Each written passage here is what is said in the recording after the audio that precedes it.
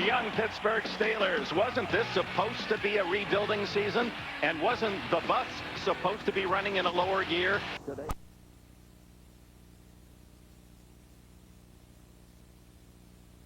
Receivers shined in wild Week 5 overtime games. Terry Glenn returned to the Patriots lineup, catching 7 passes for 110 yards and a touchdown in a 29-26 win over the Chargers. 49ers receiver Terrell Owens caught 3 touchdown passes from quarterback Jeff Garcia, including the game winner in a 37-31 victory over the Falcons.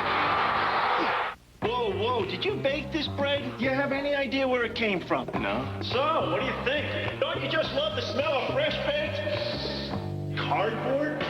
Subway bakes their bread fresh every day, right, Nancy? Right, Jim. Subway's got 4 new delicious Subway Selects, like the tasty Southwest chicken, all in fresh baked gourmet bread. Once you go fresh, you never go back. Subway is fresh! Test your football knowledge at Subway. Just upsize your fresh value meal and get one of our 2 32-ounce gridiron trivia cups. It's hot and humid, 84 degrees, nearly 90% on the heat index, and there are thunder showers in the forecast. We had about a 5-minute shower around noon today in Tampa, and you can see the big clouds building off to the east. Pittsburgh has won the toss. Martin Gramatica to kick it off for the Tampa Bay Buccaneers. And deep are Hank Poteet and Troy Edwards. And we're underway in Tampa. Gramatica, line drive. Poteet will take it out. Has some blockers, but slips down at the 19-yard line. Dwight Smith there on the coverage. For Dell Stewart. It's an interesting note to show how well Pittsburgh runs the ball as you look at his passing numbers, but add to that the fact that Stewart has rushed for 137 yards. He's the number 3 runner on this team, but 137 represents as much as any Tampa Bay runner. They start from the 18. They mark it. Burris to the left. Hines Ward, who has 28 catches, to the right side, and Jerome Bettis and John Whitman behind Stewart. Bettis tries the center of that defense and meets full resistance. Maybe a gain of 2. Here are the men in black and gold. The Steelers' offensive line features Gandy, Faneca, Harding, Silsky, and Smith. And in the backfield, we've already seen Jerome Bettis with Whitman the blocker, Plexico, Burris, and Hines Ward outside, and Mark Bruner regarded as one of the top blocking tight ends in the NFL. 3 wide on 2nd and 8. Bettis, the lone running back. Stewart's first throw, underhands it to Bettis. Bettis runs over his own blocker and battles out close to a first down at the 28. Tackled there by Jamie Duncan. Here are the men in the pewter pants, the Tampa Bay Buccaneers. Marcus Jones, Anthony McFarland, the All-Pro Warren Sapp, and Simeon Rice. Unrestricted free agent acquisition. Quarles, Duncan, and All-Pro Derek Bricks at linebacker. They can all run. Donnie Abraham, Rondé Barber at the corners, John Howell, and Pro Bowler John Lynch at safety. Tony Dungy, in his 6th season here as the Tampa Bay coach, he and Bill Cowher, the Pittsburgh coach, were assistants under Marty Schottenheimer for 3 years. On first down, Bettis just can't get that bus out of first gear and loses a couple. Derek Brooks with the tackle. And joining us down on the field, Bonnie Bernstein.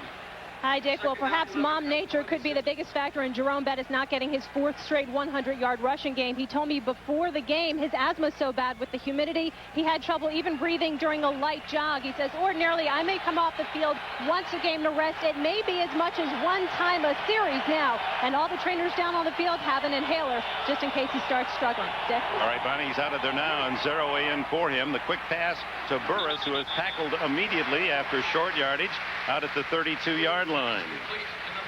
Credit that Shelton Quarles with the stop. Cowher, how can it be? 10 years he's been the head coach of the Pittsburgh Steelers. And he's still only 44 years old. That's the amazing part of it. And let's face it, in this modern era of pro football, staying in one place for 10 years, pretty amazing. It just doesn't happen much. And again, Bettis still on the sidelines with the humidity and the asthma. A bad combo for Jerome. 3rd down and 6. Shotgun Stewart. Fires complete at the 41-yard line. A tough catch made in front of John Lynch by Hines Ward. Ward leads the Steelers with 28 receptions. And these are the kind of throws that we've been seeing from Cordell Stewart this year. Nothing spectacular, nothing really with the fade patterns all that much down the sidelines. He's been a very efficient quarterback so far this season, and Ward, the epitome, Dick, of what I would call an efficient receiver. Again, not a lot of flash, but a lot of substance. At an inefficient third down defense for Tampa Bay. They're allowing 50% completions. And here's Bettis back in, and he rumbles to the Tampa Bay 49-yard line. A gain of nearly 10. Rondé Barber, the last Buccaneer, made the stop. Well, you mentioned that third down defense. It is the worst in the National Football League by a pretty good margin. Although this is, look at Jerome Bettis at 258 pounds. Did you see the lateral movement? Did you see it? Did you see the right, the left, and bounces on his feet? At 5.4 yard per carry average. His career average is 4 yards per carry, 4.0. So talk about a rejuvenated bus, I guess so. Second down and 1 as Zeroué replaces Bettis, and this is a fake to Zeroué. Wide open is Bruner, and Stewart missed him. The tight end was clear by 5 yards. John Lynch came on the blitz that time from his safety spot. Now that was the time for a floater, and Cordell he threw a laser out there towards Bruner, had no shot at it. But again, this is a very productive drive. They could afford to take a shot on second and very short. And here comes another one of those third down conversions. Again, the Buccaneers 50% is all they've stopped on third down. And it's Zeroué, second effort, lunges forward. It'll be close. Lynch was up there again as they play that 8-man front, the Buccaneers, to stop the run. Oh, Dick, you mentioned second effort, and you're right. The initial hit on Zeroué had him well short of the first down. But for a guy only 5'8", Zeroué has surprising power. So Ed Hockley, the referee, called for time and a parent measurement coming up. Yeah, well, the question now, will the officials give him the credit for that second effort? This is very, very close. I'm not sure he got it, Dick, but if you look at where it was on the far sideline, this might be a couple inches short.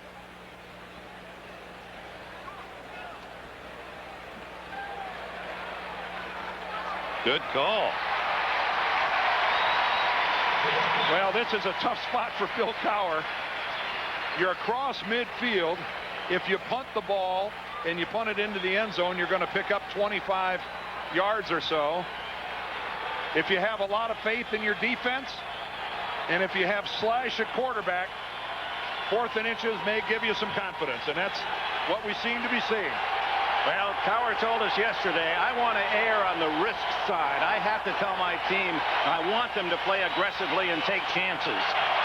So in a situation where the bulk of Bettis is a requirement on short yardage, they don't have him. Zeroué is the tailback. Long explanation in the huddle by Stewart. You got to wonder if they're going to snap it. They are. And Stewart is rejected, falls forward. This is going to be very close again. Shelton Quarles, the linebacker, there to meet him. I think he's got the first down. He did cross the 49, inside the 49, and that should be enough, and barely so. Yeah, that's a first down. Ed Hockley is our referee today. He's going to go ahead and measure it. Watch this athletic ability by Cordell Stewart, because he launches himself, but boy, he is shot back, but he stays on his feet. The knee doesn't touch the ground, and then he lunges forward. This is just an outstanding effort by Cordell Stewart of landing on his feet and getting enough forward momentum on the second try to pick it up. Slash over the hash, and it's enough for the first down. Slash over the hash. All right. Well, it was interesting yesterday. He said he likes the nickname. At one time, I think he perhaps didn't, because he wanted to be considered a passing quarterback. And he likes running the football. And Bill Cowher told us that he thinks that when Cordell has success running the ball, it makes him a better passing quarterback at the same time. It's a confidence thing. Bettis back in. Stewart to throw on first down. Going long. Has the man Burris. And it's intercepted. Stolen away by Ron the year. Well, it's a touchdown.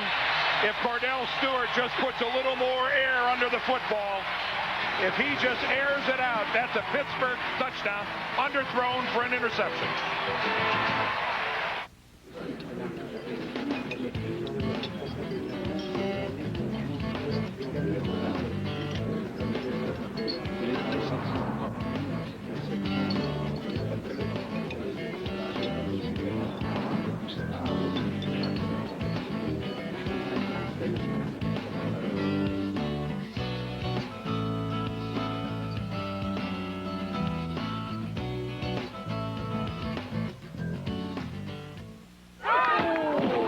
Is pathetic. Hey, those are our kids you're talking about. No, I'm talking about your ordinary fast food. You could try new KFC honey barbecue wings. Hurry, get 8 KFC honey barbecue wings for only $2.99 or 20 for only $6.99. There's fast food, and then there's KFC. Is your dandruff sending the wrong signals? Go! No. Get Selsun Power. Doctors recommend Selsun Blue. Man, that is awesome. Get Selsun Power.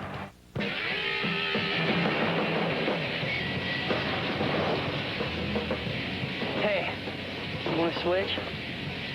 Sure. Introducing the all-new Chevy Avalanche. The only vehicle that switches from an SUV to a pickup. Good idea. Chevy Avalanche. Like a rock.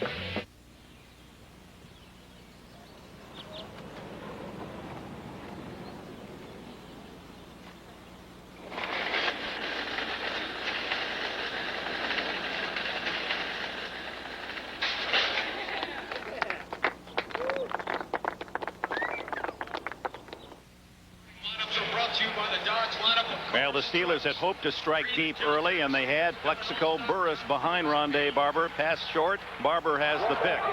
And the Buccaneers start their first possession at the 6-yard line. And Warwick Dunn trying outside, breaks a tackle, spins, and out of what appeared to be a 3-yard loss, he gains a couple of. Well, Pittsburgh was worried that Tampa Bay was going to squat on their receivers, so they had to try it deep early.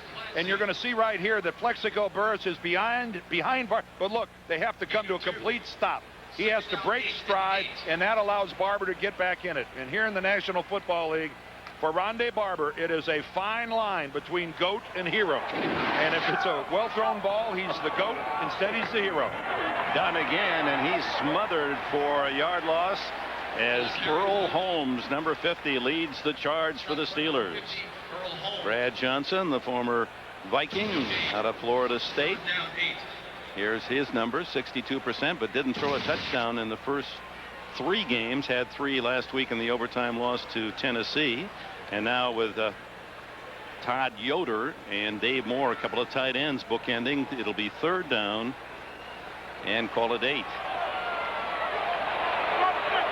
Against the number 1 defense in the league, the Steelers, number 1 against the pass. They come with a blitz. Johnson's first throw is caught by Jaquez Green. A tough catch and a first down.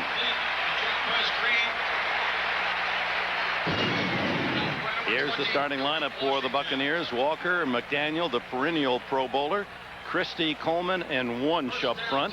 In the backfield, the multi-talented Warwick Dunn with the power back Mike Allstott. Jaquez Green with that last catch. Keyshawn Johnson has 31 receptions. Dave Moore, the tight end. Big 3rd down conversion from deep in their own end for Tampa Bay. First down, and Johnson goes down. The first sack of the game as crashing through Joey Porter and Kimo von Oelhoffen.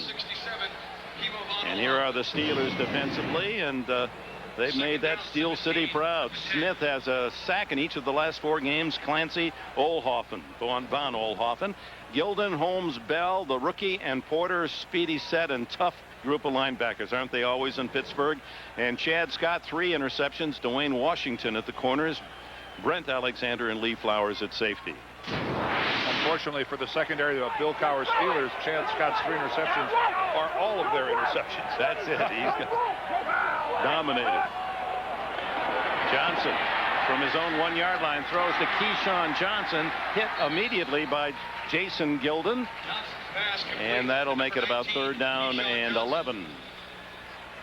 Reminder, log on to NFL.com and read what Michael Vick, Steve McNair, Jeff Garcia, Junior Seau, other NFL stars have to say in their own words. It's only at NFL.com or AOL keyword NFL.com. Well, Brad Johnson told us on Friday that he sees no rhythm to this blitzing defense of the Pittsburgh Steelers. He said, you can't get a tendency on them. I don't know where they're coming from. He goes, I'm not sure they know where they're coming from, but they will come.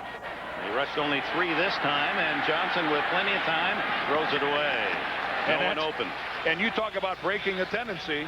That's something Pittsburgh rarely ever does, is just come with the 3 guys and drop 8. And as you can see, it thoroughly disrupted the Buccaneer passing game, and Johnson had nowhere to go but toss it away. That brings on Mark Royals, the punter, who kicked for the Steelers for 3 years back in the early 90s, and around 13th season now. Hank Poteet at the other end at the Steeler 45.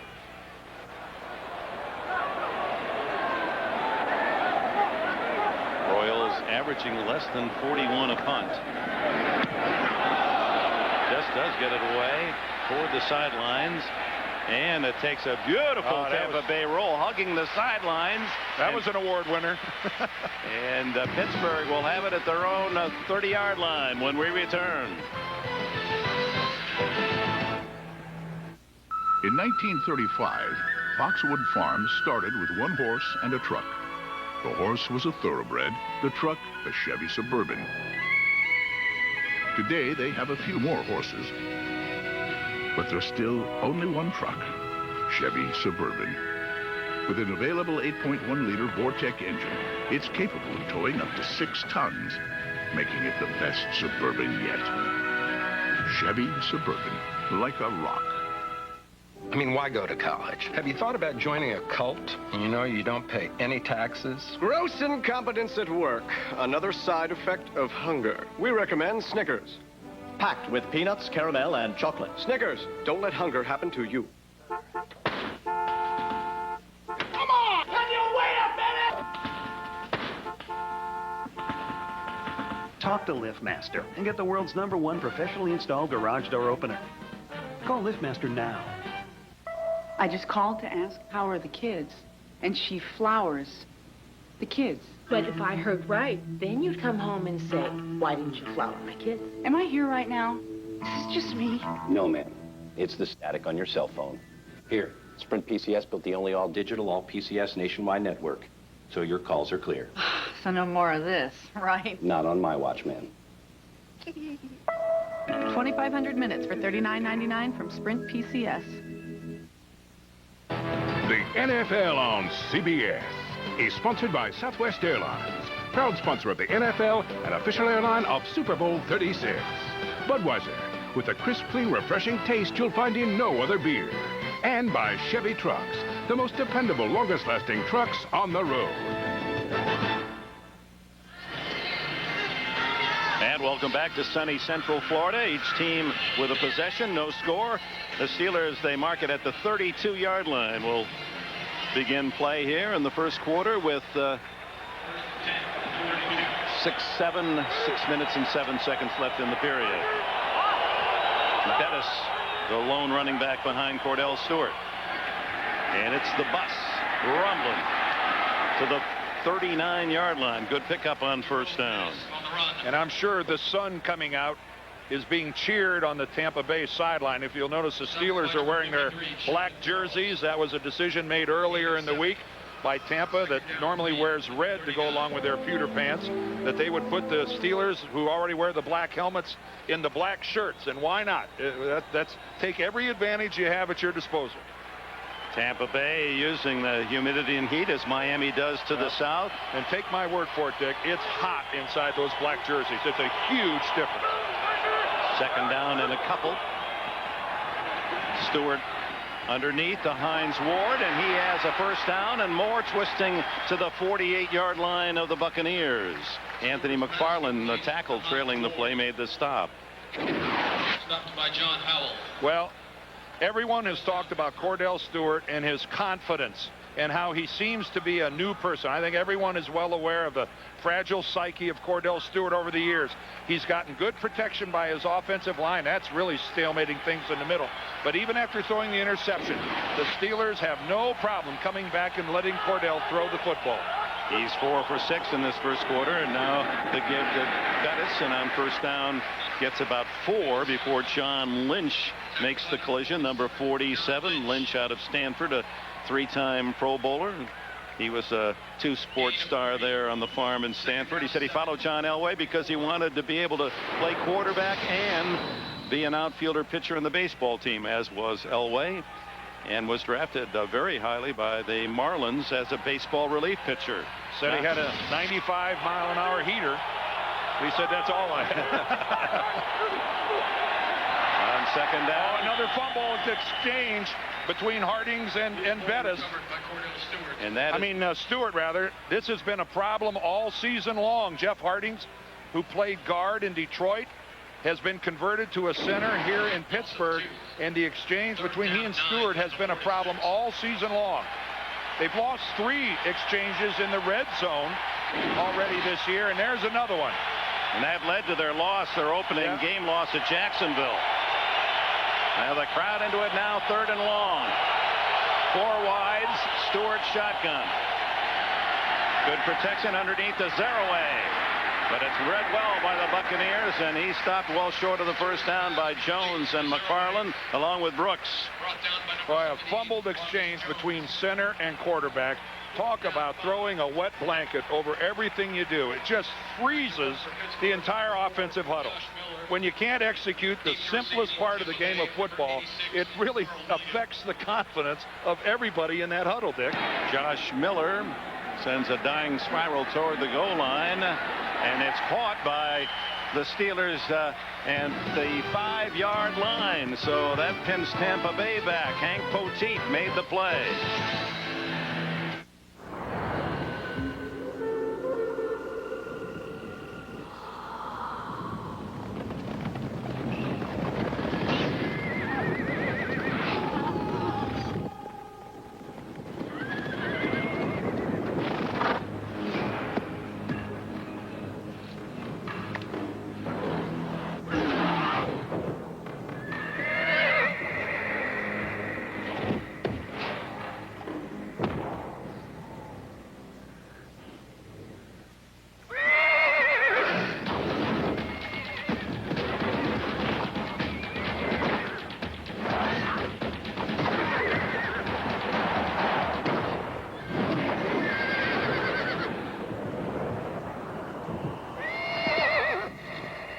They always do that?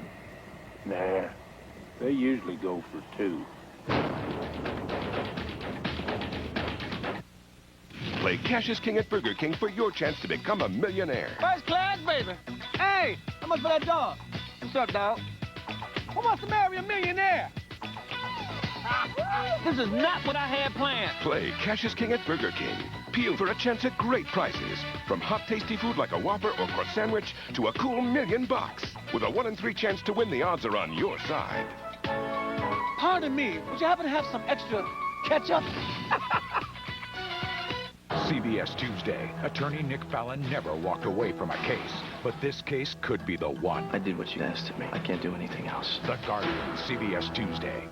Wednesday, the amazing race goes to India, where the culture and crush of humanity would spell disaster for American teams. You lied to me! All new episode, CBS Wednesday. Welcome back to Tampa, and a reminder tonight, 60 Minutes.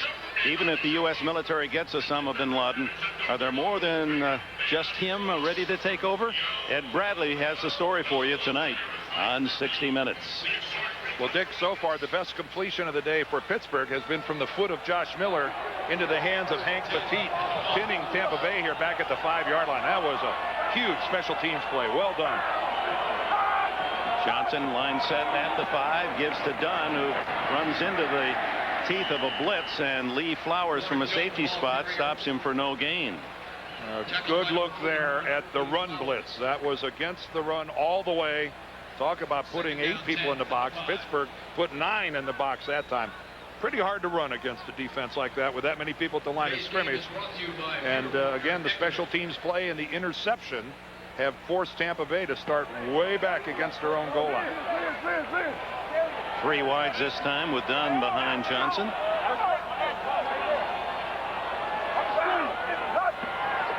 And Gilden on the blitz. Fires underneath to Johnson, complete. Johnson's pass complete to Keyshawn Johnson. Keyshawn Johnson with a catch, his first of the game. Out at the 15-yard line and just across for a first down. See right there that Dwayne Washington working against Keyshawn really bought the shoulder fake that Keyshawn gave it to go downfield.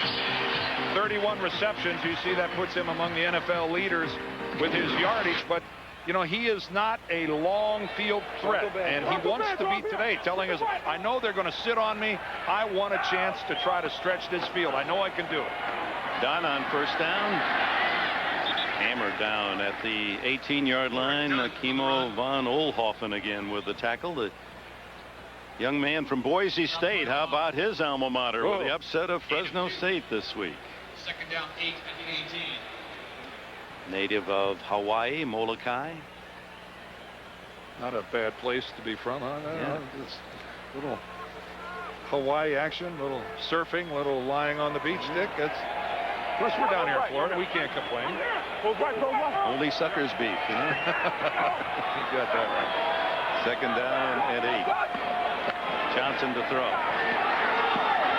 And it's Keyshawn Johnson, the Johnson to Johnson connection. Yeah. Tackled by Washington. Well, that's the old stop fade route where you fly down the sidelines and intentionally the quarterback throws it back behind your left shoulder back towards it. And look at Keyshawn Johnson, a guy that size.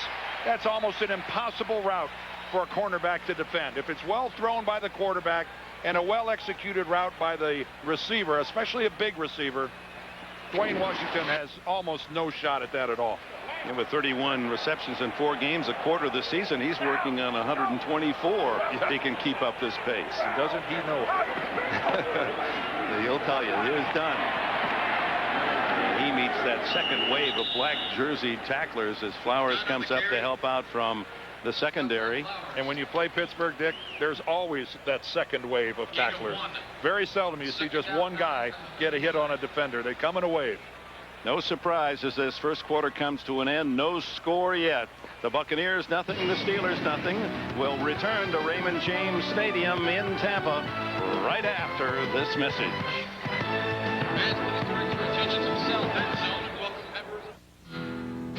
Saturn is working to keep our economy strong in jobs, in commerce, and in spirit.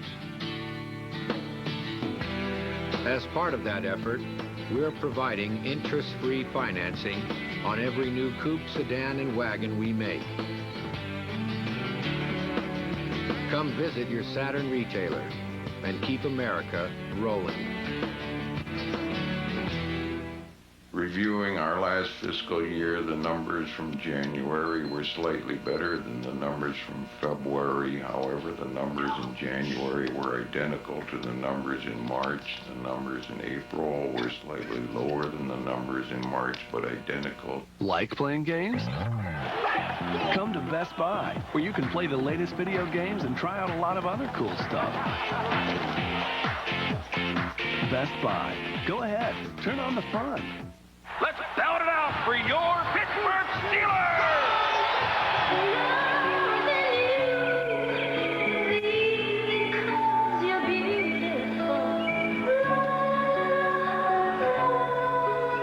I don't care what stadium you work for, all right? If you want to write a check for who let the dogs out, I'm still going to need to see some ID. Next time, use the Visa check card instead of cash or checks. It'll get you in, out, and on with life. NFL on CBS is sponsored by Universal Pictures K-Pax. This fall, celebrate the possibilities. Kevin Spacey and Jeff Bridges. And by Pizza Hut, where every week this fall you can get one of our delicious pizzas for an unbelievable price.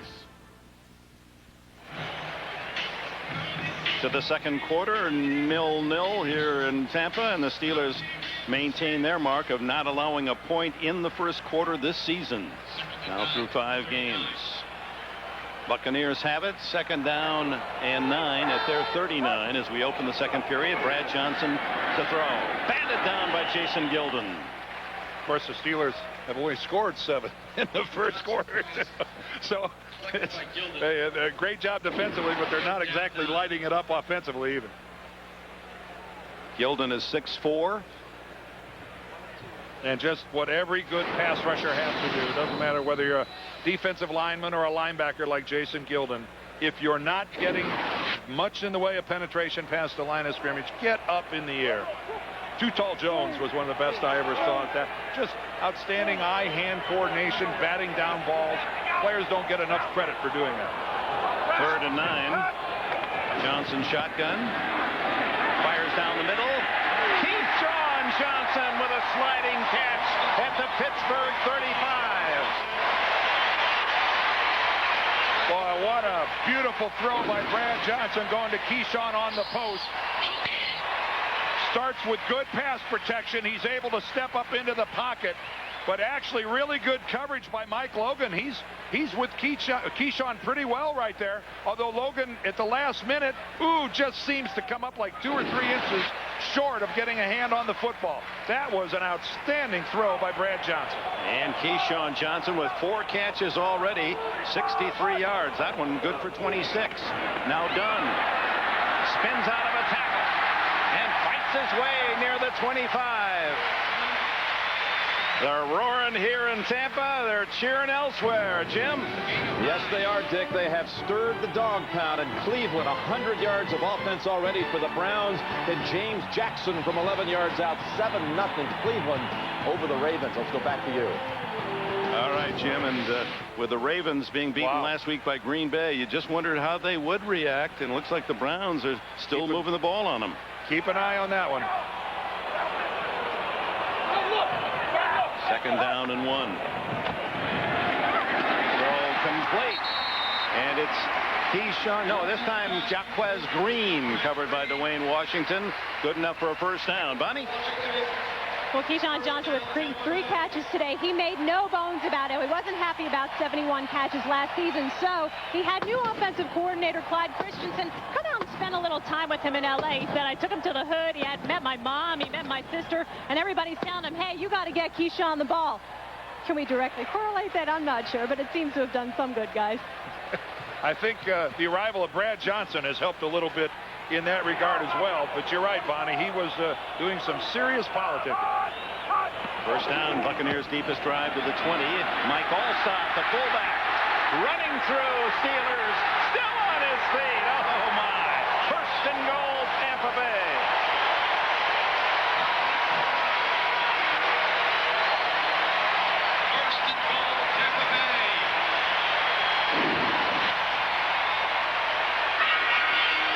Yards are supposed to come from the fullback. These are hard yards. Mike Allstott from Purdue has been doing this his entire NFL career. He doesn't take the blow, he delivers the blow, and Joey Porter had a bigger tiger than he could tame. 1st and goal from the 8. They give it right back to Allstott. And he's able to manage back to the line of scrimmage and then gain 1 before Earl Holmes can get him to the grass. But there's a fullback's decision-making process, Dick. When given the opportunity with a defender, do I go to the sideline or do I go back upfield? It is always the choice to go back upfield. I don't want to go this way. That's right. I'll go back to the middle. Oh, wait a minute. Do I go outside? Nope. I'm going to go back to the middle. That is outstanding lateral movement. And just good, sensible running by Mike Allstott. 4 times to the Pro Bowl, no surprise. Here he comes again. Off tackle, but stiffening tackle from Dwayne Washington to help out Jason Gilden at the 5-yard line. 3rd and goal. Allstott, who carries nearly 250 pounds. I thought he put it pretty well yesterday or 2 days ago when he said, yes, we're 2-2. We're only a couple of plays from 4-0, but we're only a couple of plays from 0-4. He's with years in the league comes a little maturity, and you're right, Dick. He knows that, you know, but nobody inside the Buccaneer locker room is panicking. As Keyshawn said, everybody outside the locker room is. We're fine. We've been here before. We'll be all right. 3rd and goal from the 5. Blitz, and down he goes as Deshae Townsend sacks the quarterback Johnson, denying the touchdown and bringing out the field goal unit. I'm sure for a moment he thought that was Rod Woodson coming at him with number 26, but it's Deshae Townsend, and Johnson did not see Townsend until it was too late. He's looking downfield and he doesn't see him till he's right, you know, almost 2 yards away from him. By that time, it doesn't matter how open Keyshawn Johnson is. Brad Johnson has other problems. So it's Martin Gramatica to probably be a 31-yarder officially. And this scoreless tie is snapped by Gramatica's right foot. The Buccaneers take the lead, 3-0.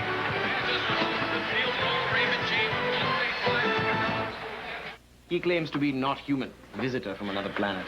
I'd like to begin by asking you if you know why you're here. Is the spaceman here yet? Why did you want to come to our planet? You're really from up there? Do you have a family on K-Pax? What's going on? How could you know this?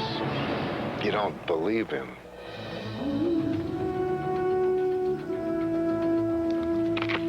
Your produce alone has been worth the trip.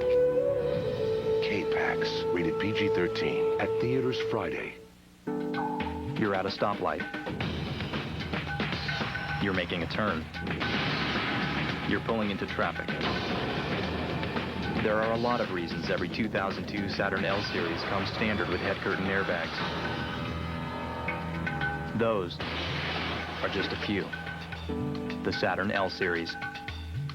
Get 0% APR financing on all Saturn models. For restrictions, see your retailer. Beverly Hills. If you want the best here, it'll cost you. But the best pizza won't cost you. You can get a Pizza Hut pizza. The Big New Yorker pizza for just $8.99. An extra large pizza that's 16 inches of incredible deliciousness. Just $8.99. Smothered with tons of luscious cheese and loaded with your favorite topping. Just $8.99. Make it a supreme, a meat lovers, or any specialty pizza for 99 cents more. Oh, that's the deal. The Big New Yorker, $8.99. Beautiful. Everybody is nervous about germ warfare. I saw a squirrel spraying Lysol on his nuts. Don't miss The Late Show, all this week on CBS.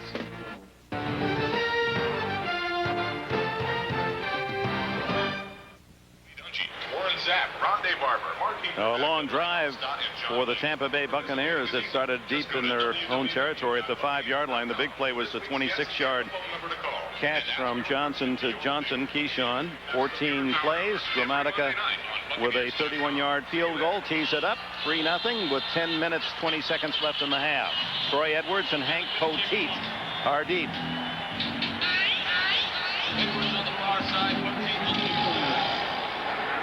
Spins it low, drives it to Troy Edwards.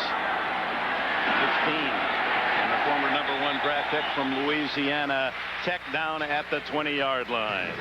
I'm out in Tampa. 10 minutes, 9 seconds left before the intermission.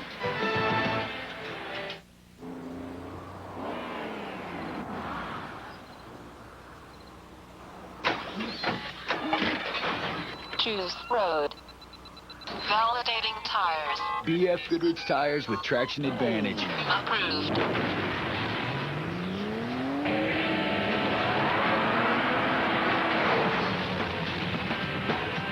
For control you can feel and see. BF Goodrich tires. Take control. A chunky quarterback moment. Donovan McNabb's mom served him Campbell's chunky beef with country vegetables. Now with more lean beef. Filled up right by beefy chunky soup, Donovan took on beefy linebackers.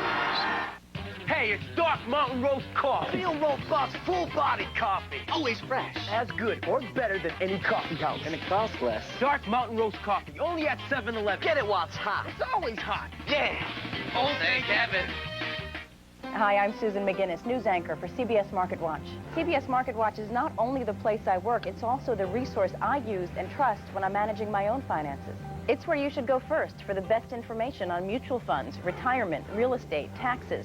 The ING personal finance section gives you the best advice from some of the industry's most seasoned financial columnists. More than 100 journalists worldwide reporting for you. CBS Market Watch is the #1 source for financial news. It's more than just news. It's news you can use. Make no mistake, Survivor is back. The rugged African terrain is taking its toll. I'd rather die right now than deal with this pain. Barbie went down in Africa. And just when you thought it couldn't get any worse, hungry lions are on the prowl. This is probably going to happen every night. All new Survivor Africa, CBS Thursday. The players themselves know for the best NFL coverage on the net, including expert analysis and in-depth team reports, you go to cbs.sportsline.com or AOL keyword CBS Sportsline. Trailing 3-0, Cordell Stewart from his own 20 fires incomplete, threw it behind.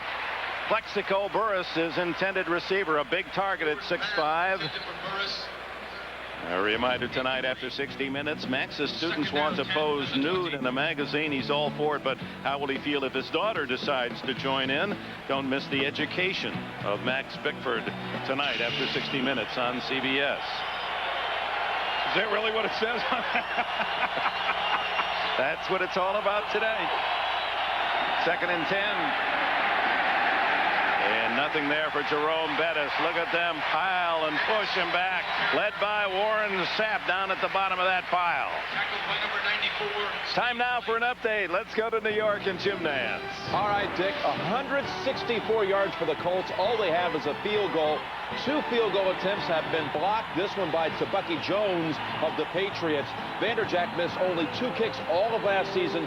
2 blocks today, and New England leads it 7-3 second quarter. Let's go back and take it down. Thank you, Jim. A little less chest bumping going on, I imagine, by Mike Vanderjagt. 3rd down and 8. Stewart. Beautiful throw as he threaded that one through the zone, complete to Troy Edwards. And Edwards has a Steeler first down out at the 38 in front of Donnie Abraham. Well, Edwards, one of the #1 draft choices that they've been waiting to come around. First of all, just look at the pass protection. Cordell Stewart, he didn't even have to release it then. He had all the time in the world working against this cover 2, this zone coverage. Warren Sapp handled one-on-one by Alan Faneca. Excellent job by Faneca running him upfield. But a sharp, decisive throw by Stewart. And again, to the frustration of the Buccaneers, a 3rd down conversion on 3rd and 8. Now it's Bettis. He is met by 3 white jerseyed Bucks. Brooks and Howell coming up from a safety spot. John Howell, number 38 from Colorado State, a rookie. 4th round draft pick, replacing the injured Dexter Jackson. Jackson not suited today with a severe thigh bruise. Yeah, he got that injury last week, and Howell, to get some experience, ended up playing more than half of the game at Tennessee last week. So at least he got some snaps in last week at that free safety position. Being coached by John Lynch in that deep secondary. I was going to say, how reassuring is that? 2nd and 9. Stewart. Oh, a tough catch by Hines Ward, and Ward fumbles the ball. No, he doesn't. He hangs on and gets to the 40-yard line, and a flag is down back at the 32-yard line, and Warren Sapp pointing at the flag from a prone position.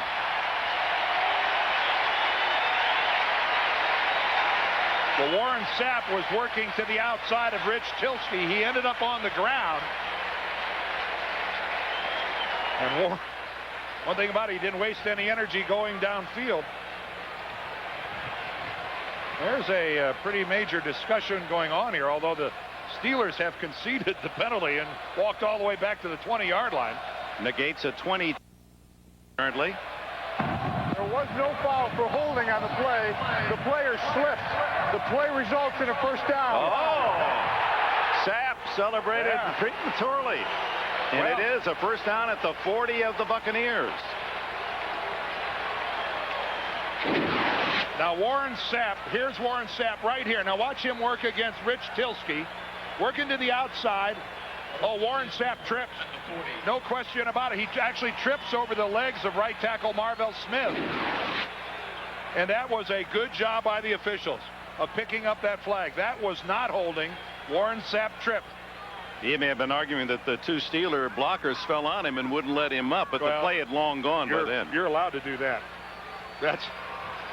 You're nodding as if you might have applied that maneuver. What do? Help him up and say, go hit my quarterback? No way. First down then for Pittsburgh, trailing 3-0, 7.5 minutes remaining in the second quarter. The slant, complete to Burris. Such a target he is. #1 pick from Michigan State a year ago, but somewhat disappointing as a rookie. Had only 22 catches and only 10 this year in the first 4 games. Well, they just have to get production from these two #1s, Dick. You know, the #1 in '99 was Edwards, who we saw catch the ball earlier on this drive. Burris, the #1 last year. You've got to get these guys out on the field, and it's one of the things that Bill Cowher stressed with his new offensive coordinator, Mike Mularkey. I want a simplified system, and I want my #1s on the field. 2nd and 2 with 2 tight ends. Stewart scrambles, and John Lynch gets him. Or is it Simeon Rice? It is Rice who applied the pressure, and Lynch who made the move on the sidelines. Well, this Cordell Stewart, I think more often than not, when he's in this situation, puts a good enough move on a guy that he gets away from him, but not John Lynch. Lynch is going to come into the frame, goes high, gets him on the shoulder pads and the jersey, and that's why John Lynch is a Pro Bowler. That's what you expect your strong safety to do, not get juked. So on 2nd and 2, a 1-yard loss, so 3rd down and 3. Bettis with 2 tight ends. Bettis on a toss, throws the ball wide open. It's complete to Toomey. Jeremy Tooman has a touchdown. Oh, there is a wrinkle that Pittsburgh saved especially for the Buccaneers. A halfback, fullback pass.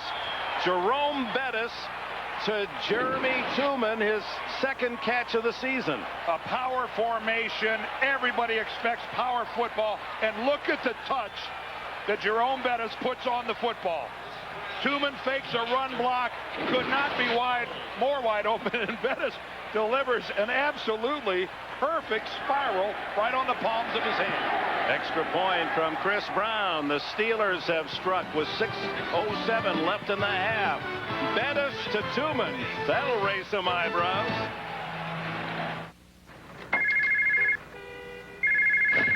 This is Will Burns. You've reached my cell phone. Leave me a message, and I'll call you back. Will, it's Gail. I can't believe you're not answering your phone. Look, get back here. The client changed their mind. They actually like the work. All we have to do is show the plans to one more group, and the job is ours. Call me before it's too late. With ordinary cell phones, you leave messages. But with Nextel Direct Connect, the digital two-way radio, you get right through. On June 6, 1944, American and Allied forces landed on Normandy beaches in the name of freedom and liberty. This fall, Jeep joins HBO in honoring all the men and women who served in the Second World War. HBO presents Band of Brothers.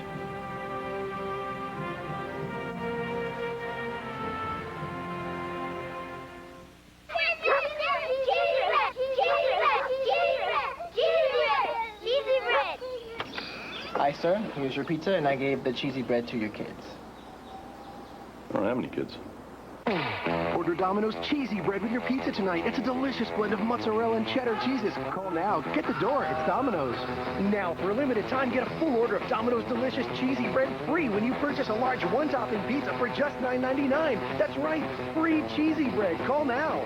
CBS Thursday, you've got to watch. How blood got on these walls is nothing compared to what's behind them. I got a hollow section. All new CSI.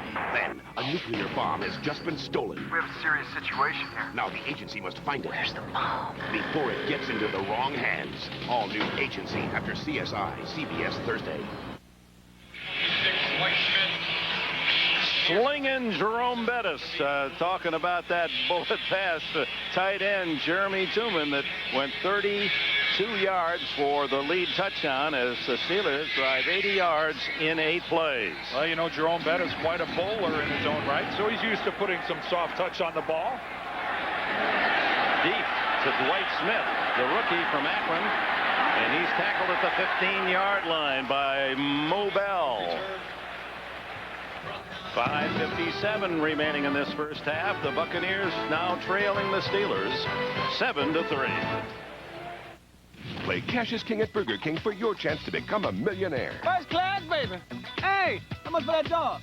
What's up, dog? Who wants to marry a millionaire? This is not what I had planned. Play Cash is King at Burger King. Peel for a chance at great prices. From hot, tasty food like a Whopper or croissant sandwich to a cool $1,000,000. With a 1 in 3 chance to win, the odds are on your side. Pardon me, would you happen to have some extra ketchup? Rolaids announces unbeatable taste. 5 great ways to spell fast relief. And now taste tests show even Tums can't beat Rolaids. In mint or fruit flavors, what a great tasting way to spell relief. Rolaids. On June 6, 1944, American and Allied forces landed on Normandy beaches in the name of freedom and liberty. This fall, Jeep joins HBO in honoring all the men and women who served in the Second World War. HBO presents Band of Brothers.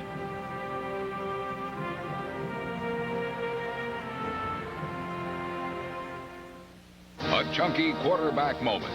Donovan McNabb's mom served him Campbell's chunky beef with country vegetables. Now with more lean beef. Filled up right by beefy chunky soup, Donovan took on beefy linebackers. The NFL on CBS is sponsored by Jeep, makers of Grand Cherokee, Wrangler, and the all-new Jeep Liberty. Rolaids. Rolaids. R-O-L-A-I-D-S spells relief. And by Smirnoff Ice, intelligent nightline. Welcome back. 5:57 left in the half. From the 15, Johnson fires to Keyshawn Johnson, one man to beat. And he's tackled out at the 34-yard line by the last Steeler, and that was strong safety Brent Alexander. Let's go back and look at the touchdown pass. Here's Jeremy Tooman right here, and he's going to loop around this way, but everybody's looking at the bus. A power formation, 3rd and short. You're expecting the run, and look how well they sell this. The secondary comes up. By that time, Tooman is beyond them. The second catch of his career, the first touchdown of his career for Jeremy Tooman. And I bet he didn't think he'd catch it from Jerome Bettis. And it was Bettis' first touchdown pass of his career. He's now tied for the club lead with Cordell Stewart, each with 1 touchdown pass this year. Bettis and Tooman are both going to fight over that ball. Tooman's first touchdown reception, Bettis' first touchdown throw. My money's on the bus.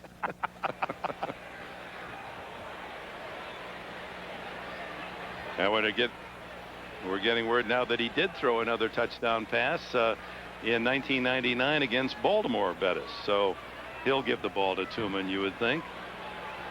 Meanwhile, the Buccaneers on 2nd and 10.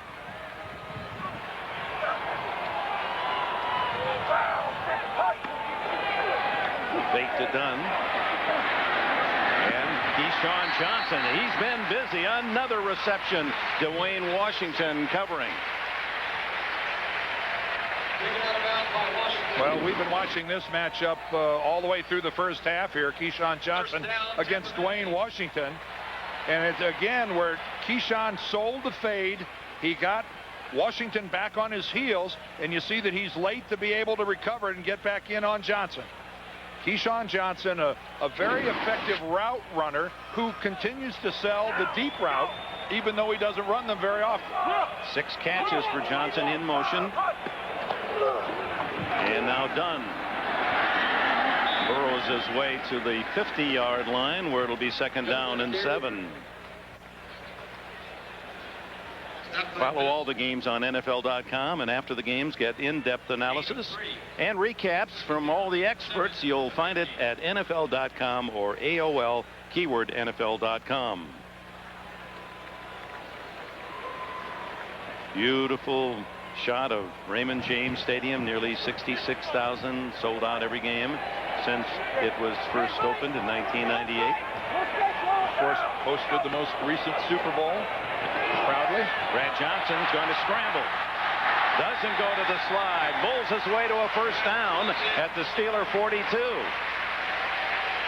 Well, Slash Johnson takes off with the ball.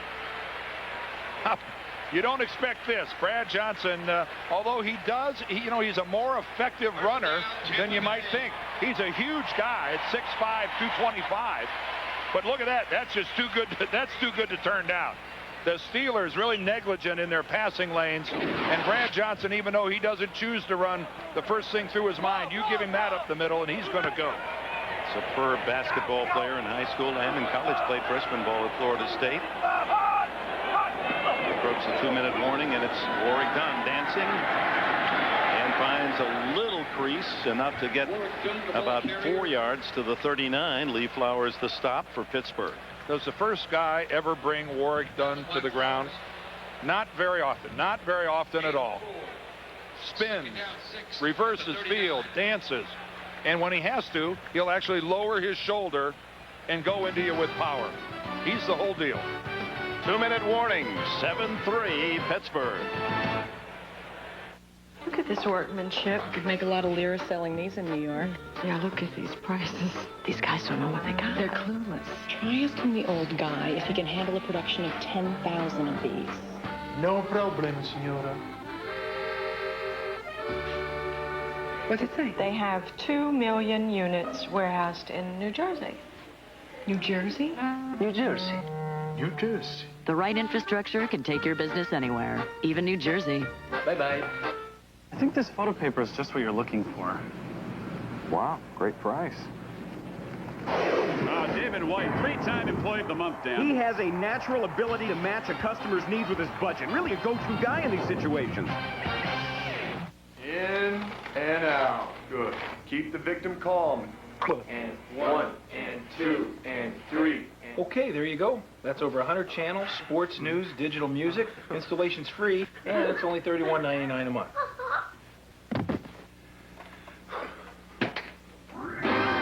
Just $31.99 a month gets you over 100 channels of DirecTV programming. Right now with free professional installation. So it was the digital music that... Yeah. Good value. Price is right. What's the resolution? 2400 DPI. Oh, brilliant display of team chemistry, Dan. Yeah, Charles Rosen and Matt Herman not only have a command of the products, they anticipate exactly where the other's going to be on the floor. Access NFL.com now on America Online. Get live game day coverage and real-time stats at AOL keyword NFL.com. It is here that you will witness a tradition unlike any other. The Masters on CBS Sports. Welcome back. Tampa Bay driving with 2 minutes to go, trailing 7-3. A fullback throwing a touchdown pass. That might be the equivalent of a lineman recovering a touchdown fumble in the end zone. It has to be pretty exciting, and it was it's just a well-designed, smart play. And we've seen running backs over the years execute that. Walter Payton was an outstanding passer with a lot of touchdown passes. Johnson has it rejected again. Fly swatted back by, again, Jason Gilden, I believe. I'll say one thing about it, and when you do it in the first half of a football game, Dick, and you get away with it, it's going to slow down the secondary force on Jerome Bettis for the rest of the game. They're going to take a good long look at him before they come flying up to the line. And again, even though nobody was in Brad Johnson's face, the rejection was there again by Jason Gilden. 2 for Gilden, who broke Leslie O'Neal's sack records at Oklahoma State. Johnson now sacked twice, hurried 3. Batted down as well. 3rd down and 6. Goes under. Almost intercepted, and it was Dwayne Washington who had an open field ahead. Oh, he had that. Riedel Anthony was the intended receiver, and Washington sees this all the way. Brad Johnson looking left, throwing left.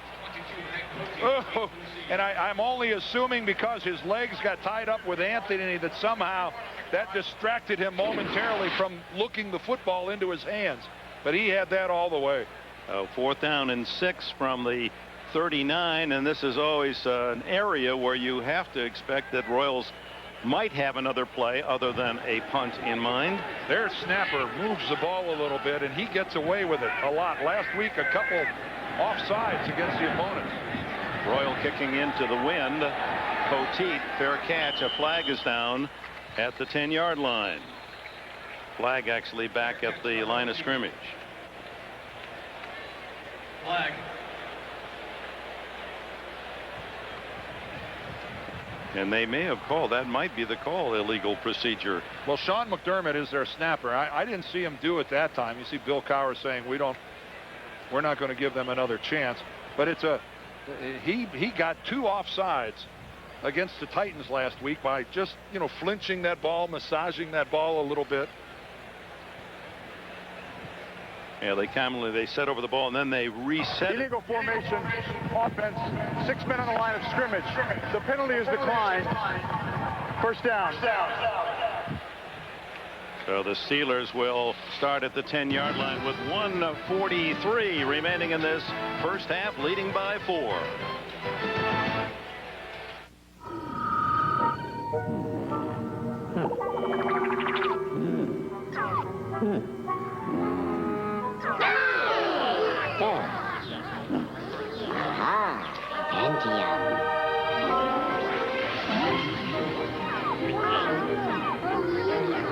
Change the face of digital photography with the Intel Pentium 4 processor, the center of your digital world. Whoa, did you bake this bread? Do you have any idea where it came from? No. So, what do you think? Don't you just love the smell of fresh baked cardboard? Subway bakes their bread fresh every day, right, Nancy? Right, Jim. Subway's got 4 new delicious Subway Selects, like the tasty Southwest chicken, all on fresh baked gourmet bread. Once you go fresh, you never go back. Subway, eat fresh! Test your football knowledge at Subway. Just upsize your fresh value meal and get one of our 2 32-ounce gridiron trivia cups. Monday, can Doug survive a weekend without television? I'll just watch TV. Hey, look what's on. Flowers! The King of Queens. Then, when you develop film for your friends, you never know what'll be exposed. Oh, sweet mother, they're naked. Yes, dear. Next, Ray's mom thinks it's art, but you'll have to judge for yourself. It's a gift to you and Raymond. And is a con artist scamming Becker? The guy's a hustler. He just needs money for booze or, whatever else he's strung out on. All new comedy, CBS Monday. The NFL on CBS is sponsored by the Intel Pentium 4 processor, the center of your digital world, and by Subway. Fresh-made sandwiches on fresh-baked bread. Subway, eat fresh.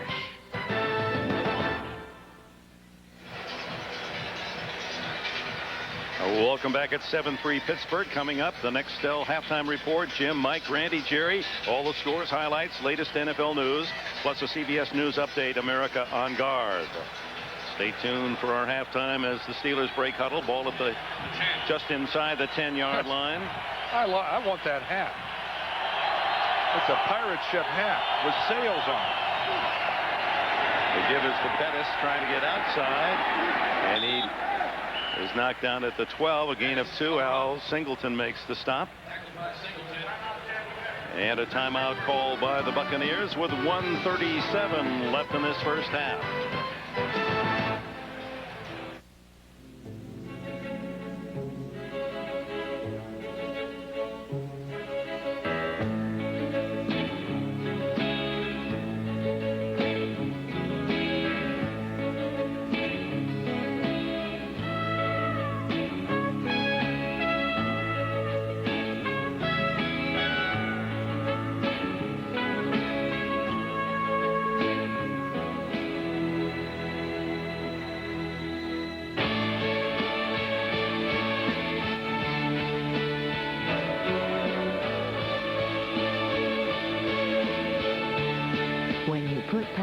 Into everything you build, it's hard to just let go.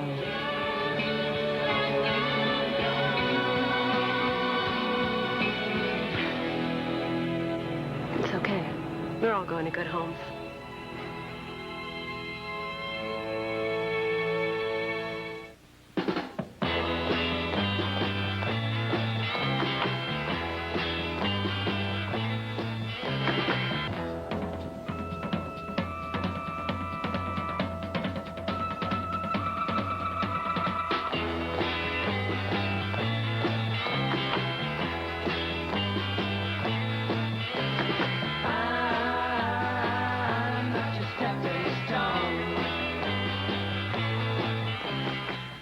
When Max's students wanted to pose nude in a magazine, he was okay. You have the right to choose. But when he thinks his daughter's doing it, an all-new Max Bickford CBS Tonight. A reminder that Wednesday on CBS, The Amazing Race takes you to the most exotic location yet, where the culture and crush of humanity could force teams to the breaking point. And it's an all-new Amazing Race Wednesday on CBS. Warren Sapp limped off, not seriously, but did not seem 100% as he came to the sidelines here with 1:37 left in this first half, and the Buccaneers calling time. They have 2 more timeouts. Pittsburgh has all 3. Tampa Bay hoping they can stop Pittsburgh and get a final shot here in the half. Zaraway wrapped up for a loss at the 10-yard line. John Howell comes up from a safety spot, and immediately Tampa uses its second timeout.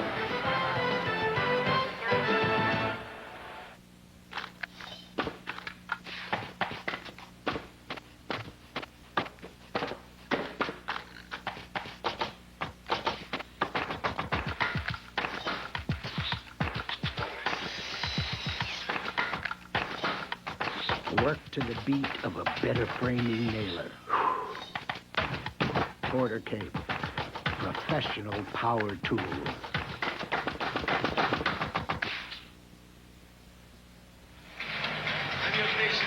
44-year-old Bill Cowher came up with a fullback pass for the lead. 7-3 now on 3rd down and 9 deep in his own end at the 10. Will he gamble with a pass with the risk being interception or incomplete stops the clock?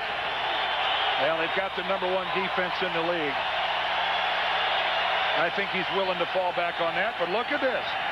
Quarterback draw. Stewart has the first down and more out to the 27-yard line. What a weapon those legs are. Oh, and how upset Monty Kiffin, the defensive coordinator of Tampa Bay, and Tony Dungy have to be. How many times does Pittsburgh run the quarterback draw with Cordell Stewart? This is nothing new. They show this play 3-4 times a game. And Tampa Bay that time just seemed to be caught completely by surprise with him dropping back. A reminder, the Nextel halftime report is coming up. Jim, Mike, and Randy, Jerry as well. The scores, the highlights, the latest NFL news from the early games today, plus a CBS News update. America on Guard coming up next. Tonight on the CBS Sunday movie, One Moment Changed Her Life. This movie may change yours. CBS presents an unprecedented all-star cast, an inspirational true story tonight. Jennifer, tonight on CBS. Well, the rushing totals are interesting. Jerome Bettis often can just mark 100 yards down in his column, has just 25 in the first half, and Cordell Stewart was 17. Well, let's be serious. Regardless of Tampa Bay's numbers through the first 4 games of the year, Dick, year in and year out, these are 2 of the best defensive teams in football. Zaraway and a safety blitz from John Howell. He came running from 20 yards away and timed it perfectly for the tackle. And then Warren Sapp was more than willing to come in and help clean it up. I think Tampa Bay is assuming that Pittsburgh is not going to take any foolish chances by putting this football in the air. I think Bill Cowher on the road, going to the locker room 7-3, could not be happier. They have an amazing record under Cowher, the Steelers, in his 10 seasons. When they lead at halftime, Pittsburgh's record is 67-7. Well, Stewart was just going to fake the pass and run all the while. You had the feeling he wasn't going to throw unless someone was 10 yards in the open. Right. That was going to take somebody in the secondary falling down before Cordell Stewart put that ball in the air. And they know that they're on the road in a stadium where Tampa Bay is 20-5 here at Raymond James Stadium since this stadium has opened. One of the best home field advantages in football. You better believe they're happy to be leading at halftime. Bucks have won 6 in a row, in fact. Warren Sapp and the defense did their job, allowed only 1 touchdown, but the Steelers' #1 defense in the league were even better yet at 7-3. Bonnie? Well, there's been a lot of talk about how Tampa's defense has responded to scrambling quarterbacks. Give me your report card today, Tony. Well, you know, we're doing okay. They have some design plays for Cordell. He made a first down on the last one. Again, our third down defense is what we've just got to be better at. All right, Coach, thank you. That has haunted the Buccaneers, allowing 50% conversions of the opponents on third down. And that is the end of our first half here in Tampa with the Steelers 7, the Buccaneers 3. Coming up next, the Nextel halftime report. Make no mistake, Survivor is back and better than ever. The rugged African terrain is taking its toll. I'd rather die right now than deal with this pain. The generation gap threatens to tear a tribe apart. Barbie went down in Africa. It's the baby boomers against Generation X. And just when you thought it couldn't get any worse, hungry lions are on the prowl. That was real. It's still real. This is probably going to happen every night. All new Survivor Africa, CBS Thursday. Get set for the amazing race Wednesday on CBS. It's all here. NFL Sunday Ticket is brought to you in part by America Online. Introducing the best America Online ever. New version 7.0. It's better, faster, and easier. It's like a click and you're connected. 7.0 is fast. It's got all the new features. It's just so easy. All new AOL version 7.0. Welcome. It's everything you love about America Online. You've got mail. Now with cool new features and places to go. I'm falling in love with the new features. 7.0 is the best. Don't be a chicken, it's easy. America Online, new version 7.0. So easy to use, no wonder it's #1. Call 1-800-4ONLINE.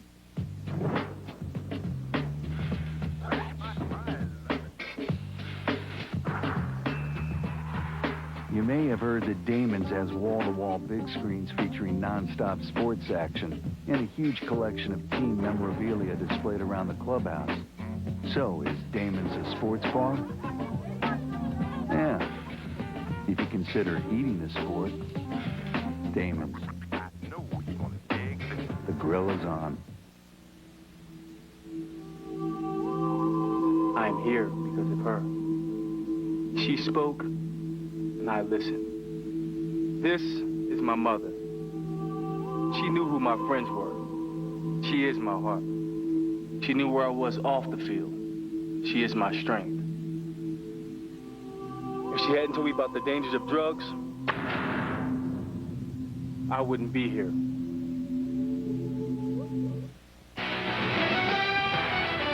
CBS Sports presents the Nextel Direct Connect Halftime Report. Nextel, get right through.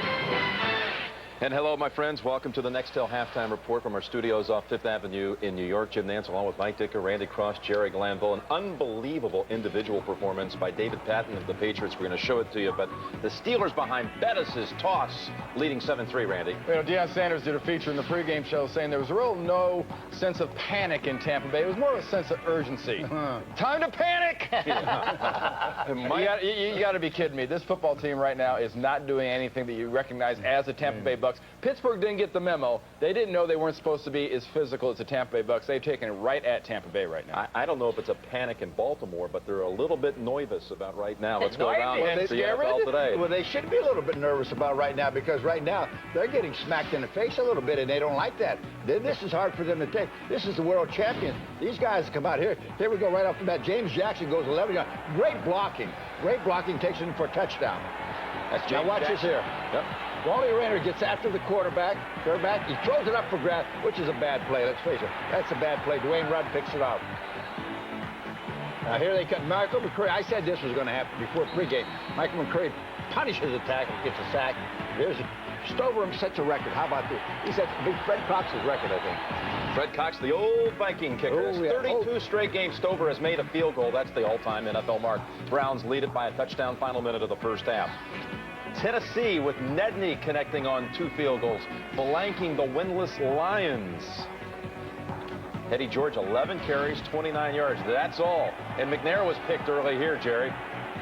This has been a real physical game, and I do like the Lions' effort. You can see they're throwing their bodies around, and they got a little fight. They got a late hit right here, and some Lions, some people had a lead. This was a cheap shot on the Tennessee quarterback, and everybody took offense. People came off the bench. This is a snap that I made for the field goal. Roll it on back. The Lions had it first and goal with the 7, couldn't score. Here's Nedney with his first of 2. That one from 39 yards. He made another from 47. 6-0 Titans at Detroit. The Bears at the Bengals. Bears off to their best start in 10 years. They've allowed the fewest points in the NFL. How about that? Blanking the Bengals at the 2-minute mark in the second quarter.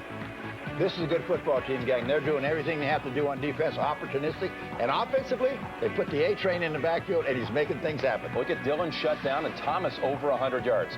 Here's the story of the day. The New England Patriots and David Patton, who got the start today because Terry Glenn with a hamstring deactivated. Tom Brady, 5 for 5, 123 yards, including the longest pass play in New England history. Here comes the Patton highlight reel, the first one in the round for number 86, David Patton. We got to change his name to General Patton. He does it all. The trifecta's coming up. All right, that's touchdown number 1. This breaks the Craig James reception mark. He had a 90-yarder against Mike Ditka and the Bears at 85. And this time, it's 91 yards. Brady to Patton.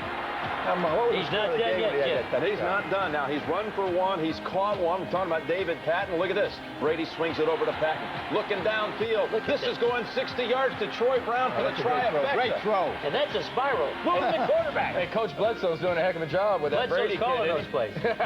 Touchdown run, touchdown pass, touchdown catch. Meanwhile, the Rams just got in a moment ago, and Aeneas Williams picked off Vinny Testaverde. Vinny's first interception in 176 attempts. Williams ran it in for a touchdown. Falcons had a 10-0 lead. Saints came back. Cam Cleveland caught one from Aaron Brooks to tie it at 10. And the Panthers over the Redskins 7-0. Walls caught a touchdown pass from Chris Winkie. When we continue here on CBS News, America on Guard. Thanks for being with us on the Nextel Halftime Report.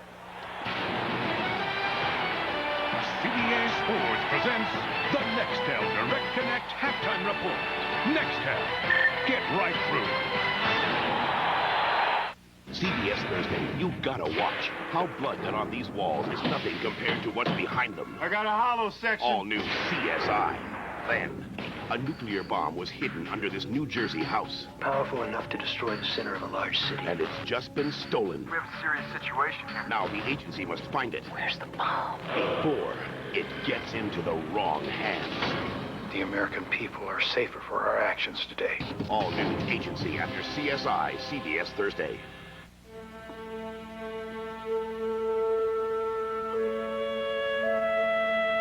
I will fight terrorism by staying open 24/7.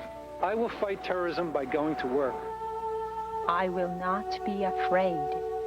I'll defeat terrorism by going to my best friend's wedding.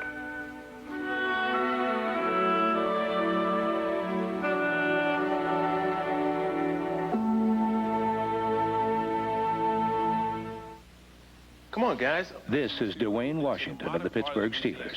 But this is my favorite painting of them all. Dwayne helps the United Way build stronger communities by supporting after-school programs for kids. Based on traditional thinking, he was considered a surrealist. Abstract thinking, yet classical form, was how the French interpreted the movement.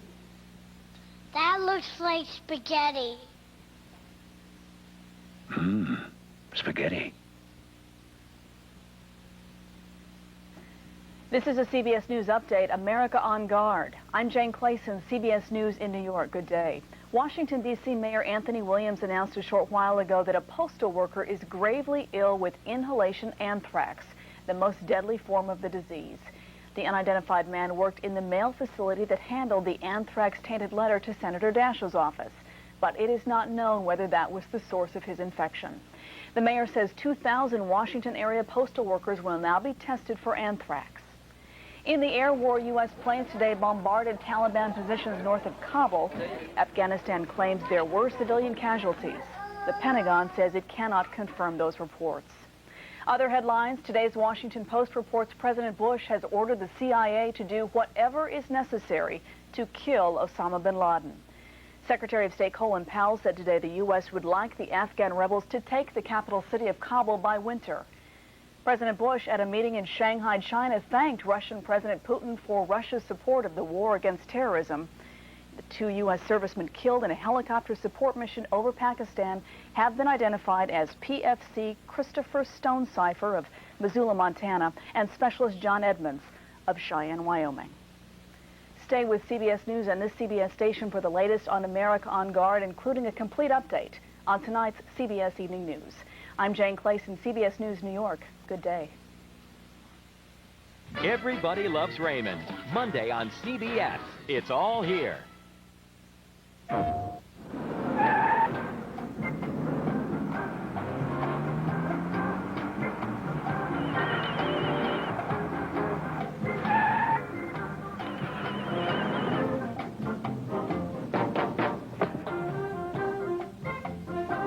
You're next.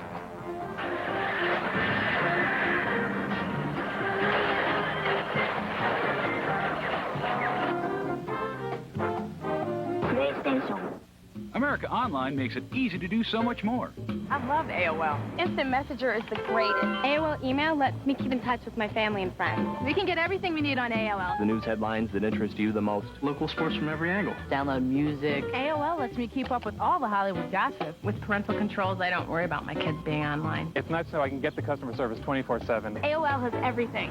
Everything. Do more with America Online. So easy to use, no wonder it's #1. Call 1-800-4ONLINE. What would it be worth to wake up in a great mood? I'm in a great mood! Because you had a good night's sleep. I slept like a baby! In a nice, comfortable room. What a room, yeah! How about 10% off? Hey, I like that 10%. With Super 8's VIP card, it's yours, guaranteed. VIP, that's me! At over 1,900 locations.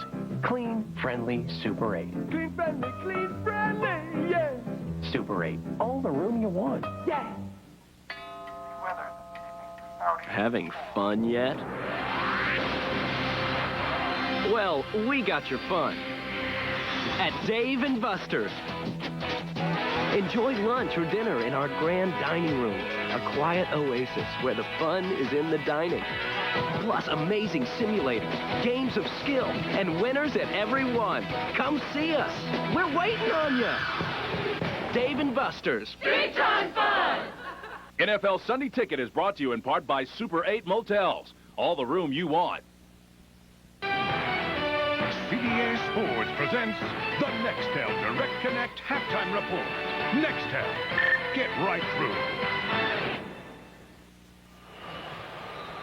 As expected here in Tampa, close and low scoring. Steelers on a Jerome Bettis pass with the only touchdown of the first 30 minutes. And the Bucs have played right down to the final play. All 4 of their games, it looks as if we may have another. Yeah, and this is hardly a surprise, Dick. We knew that both of these teams were going to try to be conservative offensively and thinking that a major turnover is going to cause someone to win or lose this game. Let's go ahead and check the numbers for the first half, and we're going to see that neither team ran the ball very well. The passing yards for Pittsburgh, you see there with 117, maybe more than they were expecting. The only turnover by Pittsburgh wasn't really a factor. Actually pinned Tampa Bay back at the 5-yard line. So things pretty even down the line. The one thing, though, that coming in, Tampa Bay said we must get better on our third down defense. So what have they done? They come in averaging 50%, which is horrible. They allowed Pittsburgh to convert 4 of 6. So for 66%. So Tony Dungy obviously has to be mad about that. And rain is only, a half-mile away. Looking off in the distance, there's some showers, but perhaps we'll sail around Raymond James Stadium. Rabi Abdullah and Dwight Smith deep as Tampa Bay will get the ball first. And this young rookie Smith from Akron University has come close to breaking a couple. They like him a lot. In fact, as a potential cornerback, they feel already that he's ahead of where Donnie Abraham and Rondé Barber were in their rookie year. Well, if you're a zip, you better be able to run. Oops. Smith fumbles the ball, picks it up. and pinned on the sidelines, able to get back out across the 15-yard line, and then is hit by a wave of Steelers. Funny? Dick, the rain's a little less than a half a mile away. It's here. That was a fast half a mile, wasn't it? The most glaring stat on Bill Cowher's sheet at halftime was Keyshawn Johnson. 6 catches for 95 yards. They have to put better pressure on Brad Johnson. He said, we want to mix it up. Put pressure on him sometimes, back off a little bit. And one other little tidbit. I asked Cowher how often they practice that Bettis touchdown throw. He said, we tried it Friday, and let me tell you, it was the worst throw I had ever seen. And then in game time, Bettis delivers a perfect spiral. With a shower now hitting Raymond James Stadium, Dave Moore, the tight end, unable to hang on to that pass in the flat. Dwayne Washington covering. Well, it's a swarming Pittsburgh defense, and that's exactly what we saw in the first half. Deshae Townsend coming off the corner blitz, gets a sack, pressure up the middle, down goes Brad Johnson. 2 times Jason Gilden swats away the pass, and Dwayne Washington almost comes up with the interception. But that's nothing new. The only team in the league with a 3-4 base defense, 4 linebackers that fly around, and the tradition of excellent defense continues in the Steel City. And all the more difficult for the offense now with the rain falling. And Brad Johnson working with a wet ball. Fires incomplete. Oh, what a collision. As that one intended for Riddell Anthony, and Washington again meeting him just as the ball arrives. Well, these thunderstorms were not a surprise. They've been predicted, and so here they go. The minute it starts to rain, Tampa Bay goes to the aerial game. And boy, did you see that ball come off of Brad Johnson's hand. It was a wobbler all the way, although he got it to Anthony. 3rd and 10 from the Bucs 16. 4 wide receivers out of the shotgun. Johnson steps up and is dropped right at the line of scrimmage. The 16 for no gain. Joey Porter, number 55, with Earl Holmes to support. And 3 and out for the Buccaneers in the rain. And Clyde Christensen, the offensive coordinator at Tampa, thinks, I guess, that he'll throw Pittsburgh a change of pace by not giving them Dunn or Allstott. Goes for 3 consecutive passes, netting nothing. Mark Royals will kick from around his 5-yard line. Poteet for Pittsburgh at the Steeler 45.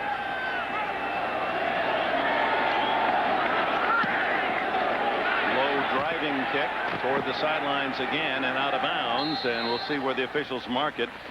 It would appear to be around the 43-yard line, so the Steelers will start in good field position as the rain falls in Tampa, Florida.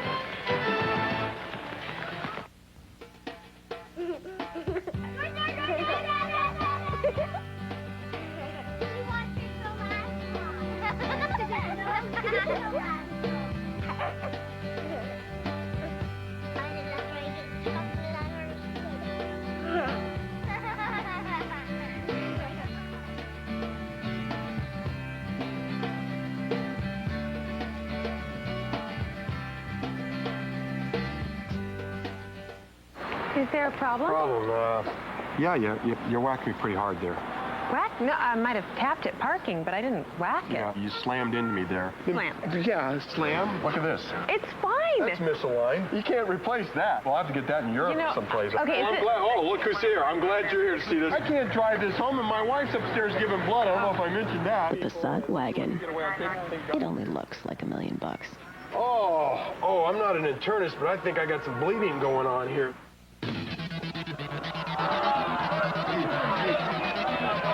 Kitchen. It's over there.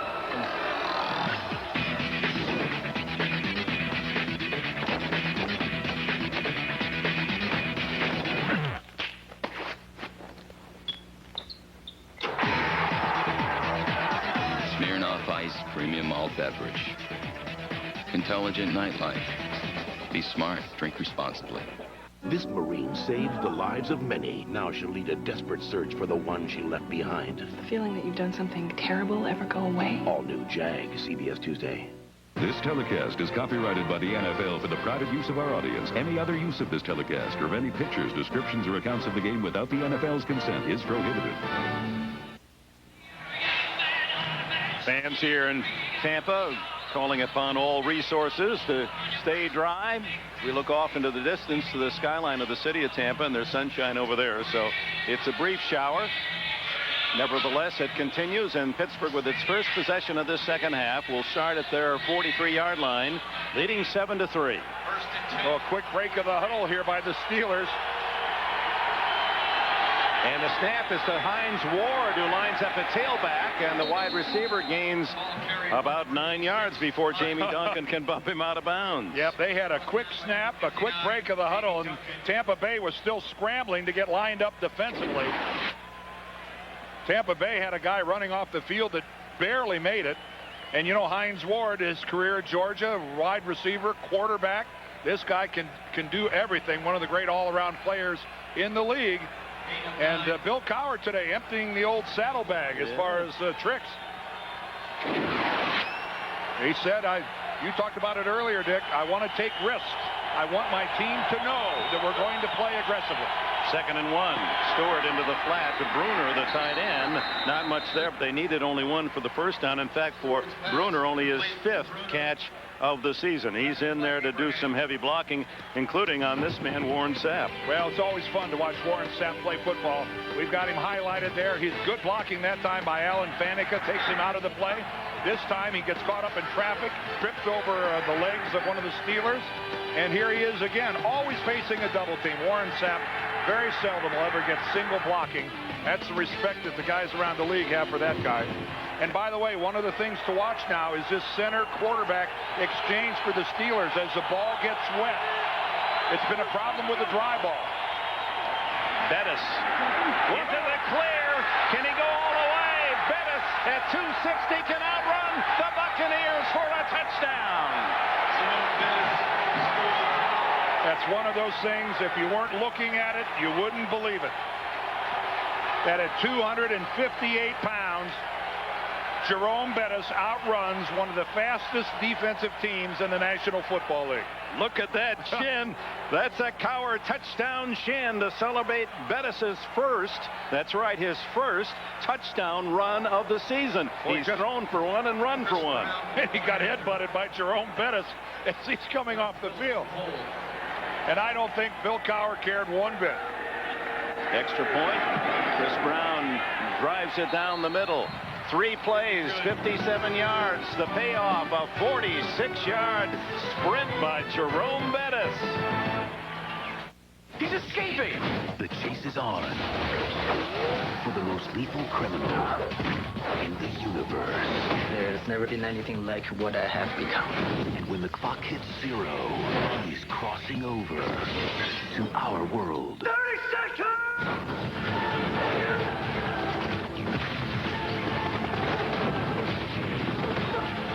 Jet Li is the one.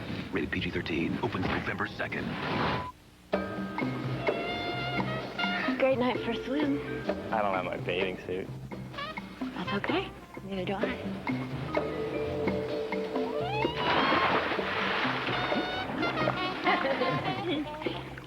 It's the moon.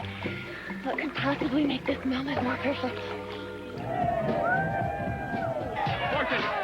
With a great taste that won't fill you up and never let you down. Make it a Bud Light.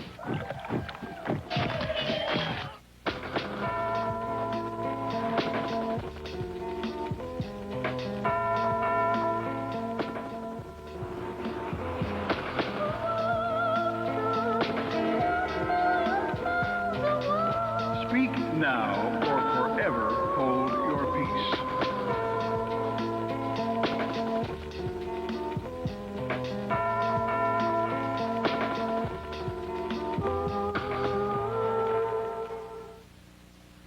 The NFL on CBS is sponsored by Southwest Airlines, proud sponsor of the NFL and official airline of Super Bowl 36.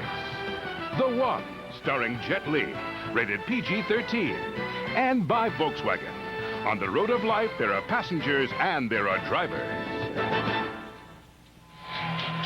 Jerome Bettis with a 46-yard run makes it 14-3, the Steelers. And there's his career total, 10,282. And with that last run, he has moved past Otis Anderson into the number 13 spot in NFL history. Dwight Smith. And he's wrapped up at the 23-yard line. Let's go back to Bettis's long run. Well, we saw his career numbers. You know, Jerome Bettis has been doing this for a long time. When you put 8 men in the box and you got a lot of guys close to the line, if by chance the guy breaks through, watch from the left, the blur right there. That's John Lynch, who lost his footing coming up. So instead of a real hammer hit on the bus, it's a clean whiff. Watch again the blur coming in right about now. There he goes. That's John Lynch. And once Lynch is past him, Jerome Bettis outruns everybody. And again, I want to reiterate what a fast defense that is. And watch Bill Cowher. Oh, chest bump coming. I better back up. So move out of the way of the bus. So the bus has given the Steelers a 14-3 lead, and Warwick Dunn on first down able to manage maybe a yard. Lee Flowers comes up from his safety slot to make still another tackle. Well, the crowd, I think, isn't just booing that run. I think that's in addition to the 3 passes they saw on the last possession that didn't go anywhere and gave Pittsburgh excellent field position. But you can't, if you are Clyde Christensen, the offensive coordinator at Tampa Bay, you can't abandon the run. You just can't do it. You're down by 11 points. It's early in the third quarter. You've got to run the ball. Well, Alstott had a couple of great runs, and then they haven't given it back to him since. Underneath the Dunn, left alone, and Dunn able to fight its way for a first down at the 34-yard line. Holmes and Bell make the tackle. Well, Warwick Dunn has had a good receiving year. Nothing new about that. Nice play action. That's set up by the last time that they actually ran the ball to Dunn that went nowhere. That play was run in conjunction with the one we just saw. It set up that play action. Tampa Bay is in a position where you must be what you are. And they've got to try to run the play action and maybe take an occasional shot and work the middle to Keyshawn Johnson. On first down, Dunn runs into his own blocker, and that costs him for a loss. Earl Holmes was in the backfield of the Buccaneers. The rain has stopped, but the boos have not. Next Sunday, it's doubleheader NFL action on CBS. Here our lineup: Jacksonville, Baltimore, Jets, Carolina, Cincy, Detroit early, Oakland at Philadelphia. Big game. Most of you will see that one. Miami, Seattle, the Patriots at Denver, and Buffalo, San Diego. All starts with Randy, Mike, Jim, Jerry, Leslie, Dion, the entire NFL team. For more, go to NFL.com, the official source for all your NFL information. AOL keyword NFL.com. Dave Moore, the tight end from the University of Pittsburgh. A rare catch for him. He started the day with 5. Mike Logan, the tackle. And he was, you know, that's a completion that the Pittsburgh defense just conceded. Well covered. But the field has become slick with the rainstorm that we had. Even though it's not going to come up in pieces, the grass is wet. So going in and out of cuts, running patterns, making a break on the ball, the guys are going to have to be a little more careful. Make sure they've got their feet underneath them. 3rd and 9. Johnson, good protection to the sideline. Diving catch, is it good? No, they're going to rule him out of bounds. Dwayne Washington's covering Carl Williams. Williams, valiant effort, but hit the sidelines first. Well, Carl Williams at the top of your screen right there. Keyshawn Johnson's in the slot. He makes his break. 4th down, 8. Boy, from that angle right there, it's sure what we can't see is possession of the football, but it sure looks like his feet. Well, did the ball land out of bounds? And I think we may get a challenge here. I think Tony Dungy, hearing the reaction of the fans who saw the replay, has challenged. That last one we saw, Dick, it was so close as to whether the ball in his body touched out of bounds Tampa before Bay the knee. is challenging the ruling on the field that the pass was incomplete. And Ed Hockley, our referee, correctly explaining the rule on the field was incomplete. So let's watch his knees. No, he's out looks of like bounds. his elbows come down holding the football out of bounds before he gets anything inbounds. He wasn't able to drag his toes. Well, but his knee, your feet can be in the air if your knees touch the field first. Almost simultaneous, isn't Yeah, it? if your knees are down, Dick, it would be a legitimate catch. Keep in mind, Ed Hockley, again, oh, it's almost simultaneous. His knees landing in the field and the ball and his elbows landing out of bounds. But keep in mind, folks, it all starts with it was ruled incomplete.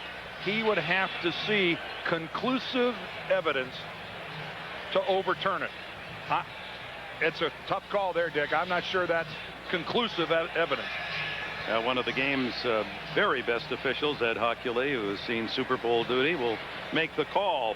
And this is what the replay's all about, isn't it? Yeah, and that one's so close, that could go either way. I think if that's ruled a completion on the field, it would stand. And it was ruled an incompletion on the field, and it might stand as well that way. Even though that would be certainly not the popular call for the sellout crowd. Again, how close is this, everybody? Let's try to look at his knees and his elbows. Which one hits first? I think his elbows hit first out of bounds. I don't think Ed Hockley's going to overturn that. It looks to me like his left elbow came down out of bounds prior to his knee hitting the ground inbounds. That's a good look at it, guys. Great look. Lance Barrow, our producer, Mike Arnold, our director, and a great crew. That was a pretty definitive look right there, guys. Not pretty definitive. I think it was very definitive. Well, you have one coach with a smile and the other with a concerned look, Dungy. And if this is not a completed pass, it will bring up 4th down. Well, that's if Ed agrees with us. After reviewing the play, the receiver's left elbow hit the ground out of bounds before the knee or anything hit the ground inbounds. Therefore, the play was incorrectly ruled an incomplete pass. Correctly ruled an incomplete pass. A timeout is charged to Tampa Bay. That's their first charge timeout. I think Tony Dungy did the right thing again, look at the left elbow. There it is on the ground. That's an even better look that you can see underneath both of Carl Williams' legs. That's downright irrefutable. That's exactly right. Mark Royals to punt it then on 4th down. Drives it toward Hank Poteet, who collects at the 15. And he is collected as well. Frank Murphy, the wide receiver, number 87 downfield to make the first hit, supported by Dwight Smith, number 26. Timeout in Tampa. Let's look at what makes the dome structure of great importance. You see, its circular design allows for maximum volume in a minimum space. So, an amazing number of people or things can actually fit in a relatively small area. With such an efficient design, it's a wonder domes aren't seen more often today.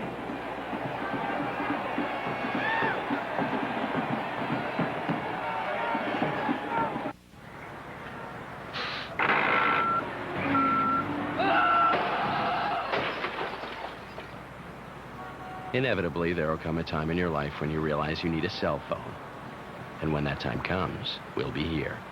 A chunky quarterback moment. Donovan McNabb's mom served him Campbell's chunky beef with country vegetables. Now with more lean beef. Filled up right by beefy chunky soup, Donovan took on beefy linebackers. In and out. Good. Keep the victim calm. And 1, and 2, and 3. Okay, there you go. That's over 100 channels, sports, news, digital music. Installation's free, and it's only $31.99 a month.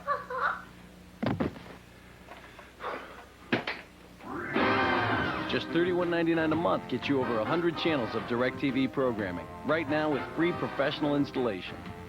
So it was the digital music that... Yeah.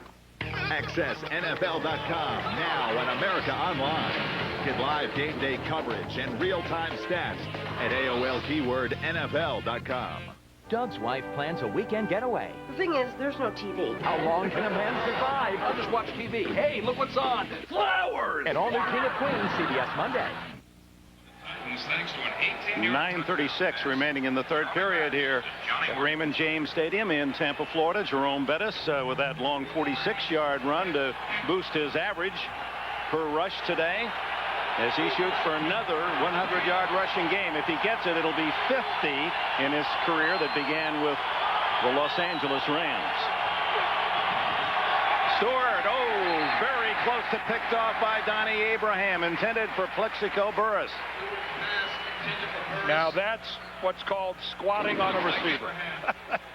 Donnie Abraham is all over Plexico Burress. No, not respecting a deep pattern whatsoever. That's the NFL term. That's a squat by a cornerback right on top of the receiver. Bruner and Tooman now as Power goes with a double tight end set. Bettis in the backfield.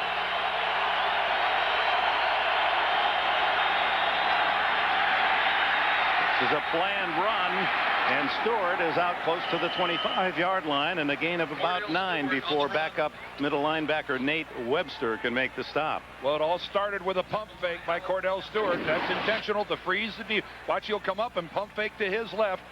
There it is right there. That freezes the linebackers, and then it's a designed run from there. He's got Faneca out in front of him. He's getting blocking downfield by one of the best blocking receivers in the league, Hines Ward. Look at this guy. No, he's going after Donnie Abraham, and he's not going to stop. Here's another third down challenge for Tampa Bay. It's third and a long one.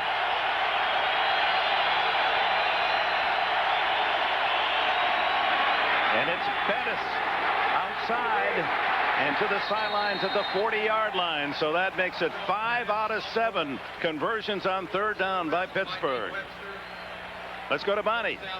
Well, Dick, if you're wondering how a guy with asthma as bad as Jerome has can actually run for 46 yards for a touchdown, well, the Steelers told me during halftime he took a special nebulizer treatment that facilitates his breathing. After everything was all said and done, when he went to the bench, I saw him. He was on oxygen for about 5 minutes. But you know what? The way he's playing, he really needs to play in humidity more often. Well, the bus getting his own form of fuel, and 86 yards now rushing. Amos Zaraway has replaced him, the young man from West Virginia. He is quick. Not quick enough to elude that tangle, however, as he's dropped for a loss by Nate Webster.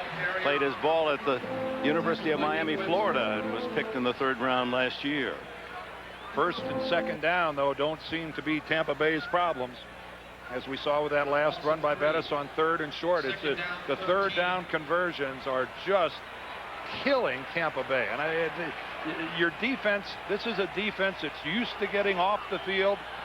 For years, they would lead the league in 3 and outs, and now that starts to work against their confidence when they can't get the offense off the field with the regularity that they're used to. 2nd down and a dozen. Play action. Stewart wide open down the middle is Burress, and he has a first down at the Tampa Bay 49. Rondé Barber, the defender. Well, Dick, I know that you think the same way that I do, and that we're looking at a new Cordell Stewart. This is a player that's playing with confidence. He talked about his mechanics and how he's able to concentrate more on them now. He has a quarterback coach for the first time since the University of Colorado. Tom Clements is a new quarterback coach, and he said, fundamentally, I'm better than I've ever been before, and look how effective he is with those numbers. And he's carrying his demeanor with a lot of confidence, and that's rubbing off on his teammates. Bettis finds another big hole, and he's on his way at the 30. And finally pushed out of bounds at the 21-yard line by John Howell. The bus making very few stops until he gets deep into the secondary here in the second half. Well, the blocking by this offensive line, this is stunning. They are just, look at the crease in the middle. Both linebackers are split to both sides, right between right guard and right tackle. Marvel Smith, Rich Tilsky, Jeff Hardings, Alan Faneca, Wayne Grady. That's just superb work. That is just great work. 29 more yards for Jerome Bettis. He's over the 100-yard mark for the 50th time. First down at the 20. Stewart wrapped picked up in the backfield, and there's a big play from Anthony McFarland. Booger from LSU, and he was the only man who didn't buy into the fake by Cordell Stewart. Well, buy into the fake. He almost took the ball away from Cordell Stewart. Look at that. I mean, McFarland reaches out. He's being blocked by Jeff Hardings, the center, or attempted to be blocked. Boy, that was a dangerous play for Pittsburgh. Anthony McFarland almost knocked that ball loose. One of 4 #1 draft choices on the front 4 for the Tampa Bay Buccaneers. A lot of high draft choices. Marcus Jones, Anthony McFarland, Sapp, and Simeon Rice, all #1s. He just does get it away incomplete as Alshirman Singleton came in on a backside blitz and hit Stewart just as he threw the ball for Mark Bruner. Ooh, and Cordell doesn't see this coming right there. Here's Singleton down here at the bottom of the screen. Cordell never sees him coming. And if that would have been maybe a half a second prior, that ball would have floated way up into the air. You see that Cordell has been under some pressure today from this Tampa Bay defense. 5 for 7 on 3rd down, and Stewart in this situation, 3rd down, and Long wants a timeout. They had some substitution. They actually had 12 men in the huddle for a while, and Tampa's arguing about it. 5 minutes, 18 seconds left in the 3rd. The Steelers trying to add to an 11-point lead.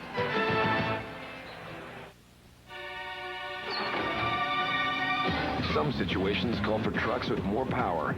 So engineer Mark Verone and the team have made GMC Sierras the most powerful line of pickups in the world. And to help manage all that torque, they've also given Sierra technically advanced braking systems. Mark may be obsessed with power, but he's not crazy. From professional-grade people come professional-grade trucks. Boys, that is the sorriest first half I've ever seen. So here's what we're gonna do. First, we're gonna get changed. Then, we're gonna get on the bus. Then, we're gonna go home. We're gonna go home. We can play video games. Loss of competitive edge. Another unfortunate side effect of hunger. Grab a Snickers, packed with peanuts, caramel, and chocolate. Later on, we're gonna take a nap. Snickers, don't let hunger happen to you. You have one new message. John, it's Bob. I tried tracking you down everywhere, so I'm leaving this on your cell phone. Look, about your merger meeting this morning, whatever you do, avoid the boardroom. I was talking to maintenance, and they just lacquered the table, and it needs 24 hours to dry. Man, I hope you get this. With ordinary cell phones, you leave messages, but with Nextel Direct Connect, the digital two-way radio, you get right through. The NFL on CBS is sponsored by DirecTV, the #1 digital satellite entertainment provider. And by KFC. There's fast food, then there's KFC. Welcome back. 3rd down after that timeout. No need to mark them all. There's 12 guys, and Cordell Stewart looking at his wristband. I'm not sure I've got to play for 12 guys. You see right there at the very last minute, Bobby Shaw makes the break, trying to figure out, am I supposed to be here or not? Chris Fuamatu Ma'afala is the only running back, and he gets the fake, and they hand off to Troy Edwards, and Edwards on the reverses inside the 20, short of the 1st down, but that'll make the field goal try by Chris Brown much closer. Lynch and Howell, the 2 safeties, knocked him out of bounds. Boy, we're seeing it all here. Mike Mularkey has gone deep into the old saddlebags. Coming up, a good block downfield by Marvel Smith, the right tackle. And again, this makes it a lot easier for this guy, Chris Brown, who on the year is 8 for 9. And hit a 55-yarder, tying the Pittsburgh record last week. This one will be 35 yards. And straight down the center.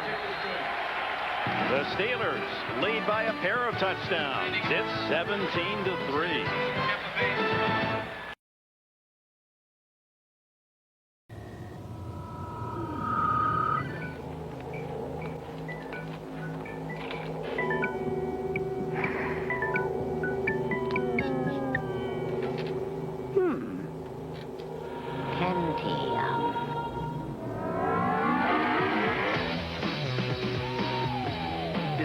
most amazing digital music and video with the Intel Pentium 4 processor, the center of your digital world. Why do I rent from Enterprise? For more cargo room, more people room, or more headroom. Enterprise. So easy, it's like having a second car. Or third. Pick Enterprise. We'll pick you up. Just Shoot Me's Laura San Giacomo, Malcolm in the Middle's Jane Kasmerick, Annabella Sciorra, ER's Juliana Margulies, and Oscar winner Marissa Tomei. Jennifer, CBS Tonight.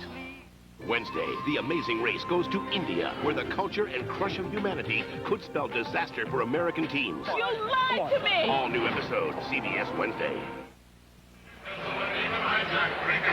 Back in Tampa, where the Steelers have scored 10 unanswered points here in the third quarter, and a 46-yard run by Bettis and a 35-yard field goal by Chris Brown, who has it teed up, a 68-yard drive by the Steelers. Abdullah and Murphy are deep. Intent quarterback Stewart listening to some coaching advice. The Buccaneers have never had a kickoff return for a touchdown in the history of the franchise. Incredibly, 393 games, over 1,500 chances on kickoffs, never returned one for a score. Swirling wind. Just to add something to Bettis' day, he'll remember it easily because of the number 50. He has scored his 50th rushing touchdown, and he now has 50 100-yard games, and then you throw in the touchdown pass. Oh, my. Brown to Murphy. He's the fastest of the Buccaneer wide receivers. Oh, an ankle tackle registered by Zaraway that saves perhaps something really big at the 35-yard line. If Amos doesn't make that ankle tackle, it's over. Frank Murphy is gone. Nestles in right behind his wedge. The big guys, and then he, fakes it to the outside and gets back up. But when he makes his move outside, right there, Amos Zaraway is the last Pittsburgh guy that's going to have a shot at him. Oh, boy, did Tampa Bay need that. First down at the 35. Perhaps that'll spark some offense from Brad Johnson and company. Long arm fake, eludes the rush. Keyshawn Johnson broken up and no flag, as it was Dwayne Washington making another good play in the secondary. Well, you thought you might see a big play because Pittsburgh came with the blitz and they didn't get Brad Johnson down. So that allows all the way across the field to come Keyshawn Johnson. And you're allowed to put your left hand on a guy's back as long as you don't move him. That was actually perfectly played by Dwayne Washington. All 6 of Keyshawn's catches in the first half give him 37 for the year among the league leaders. Give it to Warwick Dunn on the draw, and he gets about 5 to the 39. Well, college football, the Home Depot SEC game, Georgia, Florida. It all begins with Tim Brando and Spencer Tillman on College Football Today. That's coming up this Saturday. And for more college football news, go to cbs.sportsline.com. AOL keyword CBS Sportsline. Florida, Georgia. Don't they call that the world's largest party? I've never done that game. Yeah, I know what it is. These are politically correct times. Third down. You fill in the missing word between largest and party. And 6. Johnson fires to Keyshawn Johnson, and a first down at the Steeler 39. First catch of the second half for long yardage, 22. And Keyshawn just trying to get his team fired up. Working from the outside. You see Keyshawn in the slot a lot. Just a simple post pattern. But no safety help to the inside for the Steelers. Their safeties with this lead are playing really deep. You can see how far back Mike Logan was, not able to get in on that post route at all. The corners need some help on a post route. Saw Keyshawn Johnson, 117 yards on 7 receptions. He is the Tampa Bay offense today. Brad Johnson eludes Gilden underneath to Dunn, and Dunn tackled from behind at the 34-yard line. Casey Hampton along with looked like Earl Holmes got a piece of the action. Thursday on CBS, Survivor is back and better than ever. Don't miss an all-new episode when the baby boomers take on Generation X. And hungry lions are on the prowl, just to add a little spice to the action. Survivor, Africa, Thursday on CBS. 2nd and 5, Brad Johnson down the middle. No one there. We're being told that Brent Alexander, the safety for the Steelers, has a hip pointer, and his return to this game is going to be questionable. That's why we're seeing Mike Logan, number 31, out there on the field, playing that strong safety position. Here comes 3rd down and 5 for the Buccaneers, who trailed 17-3. We're late in the 3rd quarter, 2:20 before the break. There's a good look at Mike Logan, and the other safety, Lee Flowers. He missed practice time this week. He's got a groin strain. So the middle of the field a little open here, I think, maybe. 6 defensive backs. Johnson searching and overshoots Keyshawn Johnson because he was well covered. Deshae Townsend was playing in front of Keyshawn, and Brad Johnson had to clear the cornerback and therefore threw it out of bounds. Boy, you got to give credit here to the Tampa offensive line, because they gave Brad Johnson all sorts of time. And then conversely, boy, did Pittsburgh just blanket every one of his receivers. Just take a look around. Look how everybody's covered here. Take a look at this. Here's Johnson up here to the top. And Brad Johnson can't throw it short. He's just got to throw it away.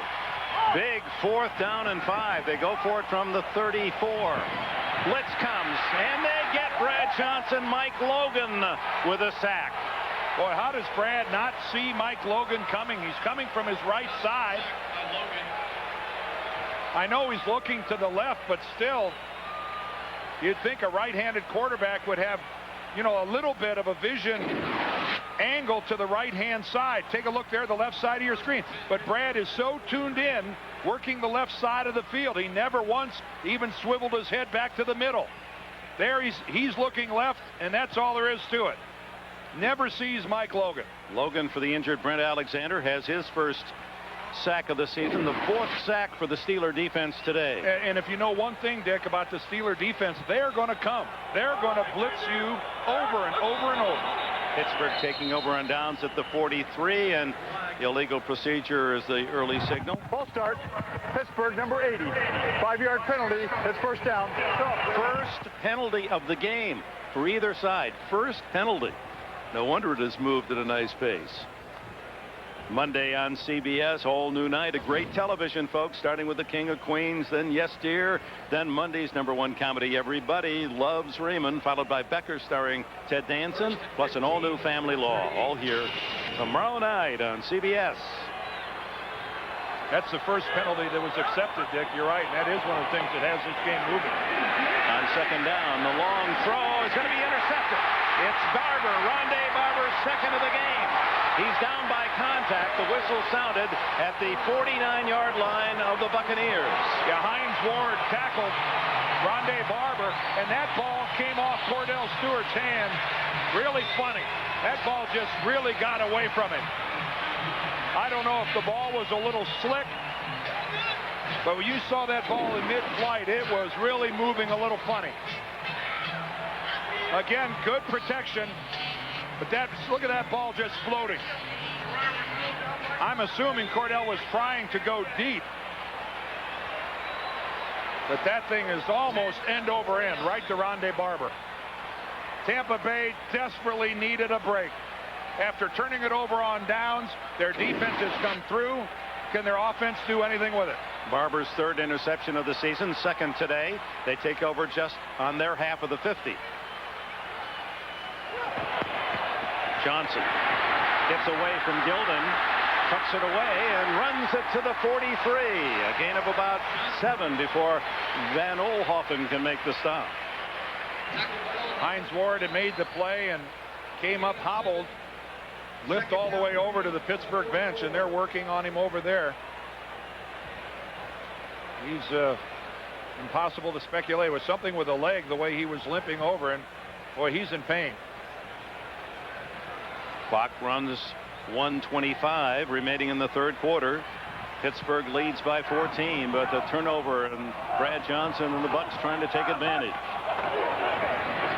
Warwick Dunn. First down at the 33-yard line. Mike Logan with the tackle. You get Warwick Dunn past that first wave of tacklers, and every play becomes a potential touchdown. When Warren came out of this, it's just a simple sweep to the left.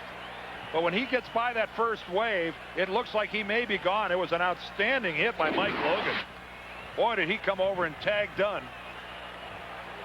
Kendrell Bell, 97, chasing Dunn all the way, just couldn't catch up. First down at the 34. Final minute to play, third quarter.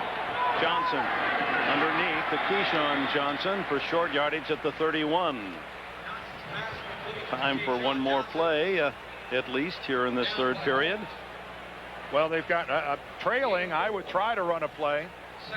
The play clock doesn't mandate they run one. They can let the clock run out if they want, but trailing, you want to run every play you possibly can. This is just as valuable as a play late with 2 minutes to go. And they're not going to do it. See, this is something I don't understand. When you're down 17-3, you take advantage of every play that you can get, and they had plenty of time to run a play. And that is the end of the third quarter here at Raymond James Stadium in Tampa, Florida. The Steelers 17, the Buccaneers 3. Will return after this message and a word from your local station. When Max's students wanted to pose nude in a magazine, he was okay. You have the right to choose. But when he thinks his daughter's doing it, an all-new Max Bickford CBS Tonight. Don't miss The Agency. Thursday on CBS. It's all here. NFL Sunday Ticket is brought to you in part by Miller Lite.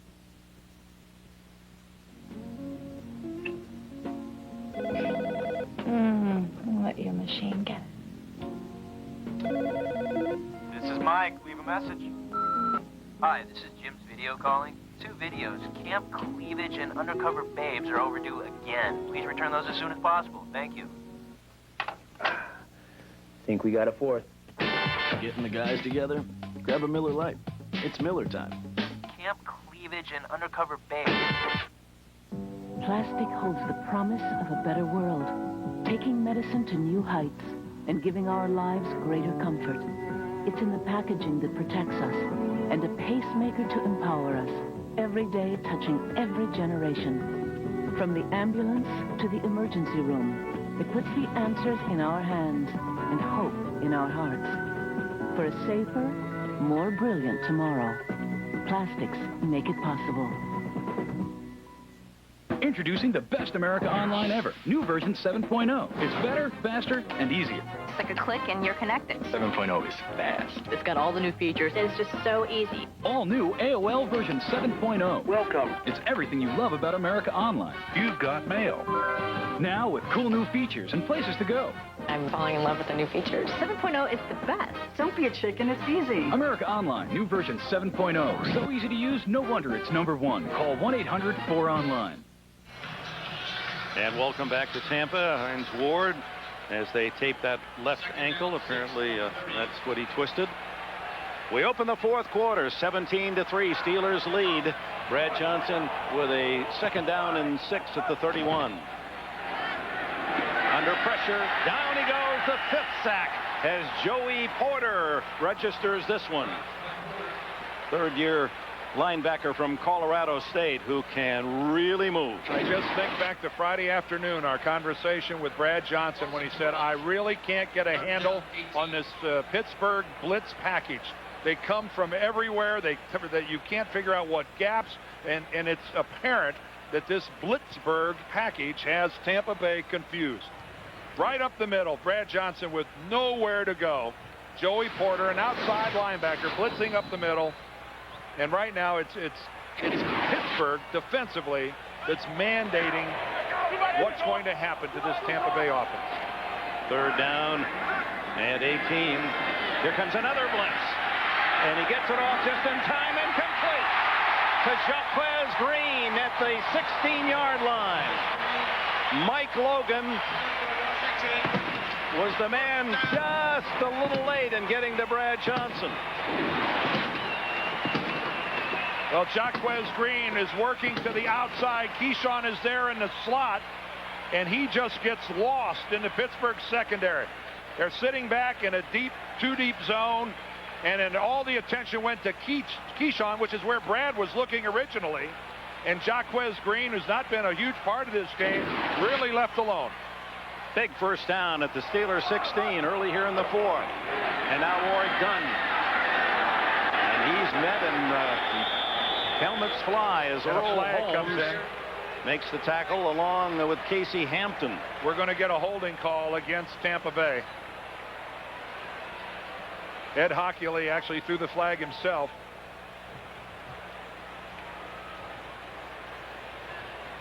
Holding, Tampa Bay, number 83. 10-yard penalty. Repeat first down. Tight end Dave Moore. And that'll take it back to the 26-yard line. First and 20 at the 27. Well, the Pittsburgh fans who have made the trip south, quite a few. We saw them on the road coming into the game today, and wearing their favorite uniforms. And they would talk to the Steelers when they arrived here in the hotel in Tampa, and a lot of fans in the lobby, and they were ready to cheer. Been a lot of good football times in Pittsburgh, Dick. Oh boy. Oh boy. Another blitz and another sack. This time Dwayne Washington. They're coming from all corners. They're coming up the middle. They're coming off the edges, but they are coming. You can't see him in the picture there from the left. There comes Washington. Dave Moore, the tight end, tries to get back, but he had a responsibility at the line of scrimmage. By the time he took a drop step, too late. Washington was already past him. And one more time where Brad Johnson doesn't have a chance. Good job of just hanging on the ball by Johnson, and he barely did that. That's the 6th sack today. They had 11 coming in. So this has been the biggest day of the season for the Blitzburg. That was the term of a few years ago. Greg Lloyd and that group. And now you don't know what's coming. They'll either blitz 8 guys, or they might just rush 3 and drop back. They've got the luxury of really being odd now. Second down and the mile now. The screen and knocked in his face by Joey Porter. And that's just a 4-man rush, and that's just Joey Porter with a great inside swim move, beating rookie Kenyatta Walker at left tackle. See, that's where you get pressure with just 4 guys. Here's Joey Porter. Watch him start upfield, and then watch the swim back to the inside. There's the swim, the arm up and over. He just goes by Walker and bats the ball. Yeah, they're not needing the blitz to get in that time. They did it just with a straight 4-man rush. Well, Tampa Bay had allowed only 9 sacks prior to this game in the first 4, and 6 today. 3rd down and 31. Deep down the middle for Keyshawn.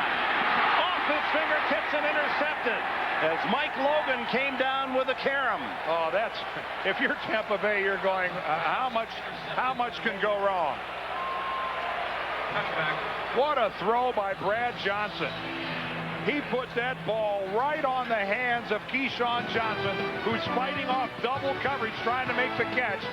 Nothing's going right for the Pewter boys.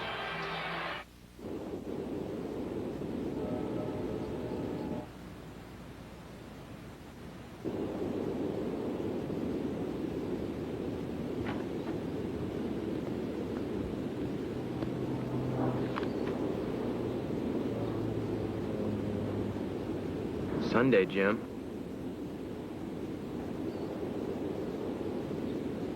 Comfortable, spacious, magnetic. The Civic from Honda. Whoa, whoa, did you bake this bread? Do you have any idea where it came from? No. So, what do you think? Don't you just love the smell of fresh baked cardboard? Subway bakes their bread fresh every day, right, Nancy? Right, Jim. Subway's got 4 new delicious Subway Selects, like the tasty Southwest chicken, all in fresh baked gourmet bread. Once you go fresh, you never go back. Subway, eat fresh! Test your football knowledge at Subway. Just upsize your fresh value meal and get one of our 2 32-ounce gridiron trivia cups. Hey, looks like it's gonna be a great race. Yeah, I guess. You're new around here, huh? Yeah. Well, good luck. It goes like this. My face, my ride. I'll take you through the top, 'cause I want it. You need it. This will not be tonight. But I'll take a little time, and I'm never gonna stop. For the great taste that won't fill you up and never let you down. Good race. Thanks. Make it a Bud Light. His name is Ayman Zawahiri, Osama bin Laden's second in command and most likely his successor. Ed Bradley reports from the Middle East tonight on 60 Minutes.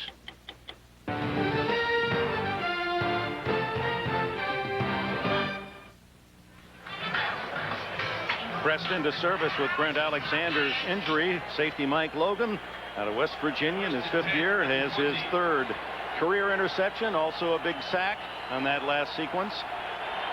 End zone interception. Cordell Stewart from the 20, leading 17-3. And the bus stopped short this time. Well, Dick, Mike Logan gets the interception, but the play is made by Chad Scott. All right, there goes Keyshawn. Chad Scott's the player to the right. Watch his right hand. It goes right up between the hands of Keyshawn Johnson and pops the ball up into the air right to Mike Logan. Watch his right hand right there. That is just brilliance on the part of Chad Scott as a cornerback. That's a touchdown. Keyshawn Johnson will catch that ball and be down to the 1-yard line or in the end zone, except for that play by Chad Scott. Huge play that would have pulled the Buccaneers within a touchdown.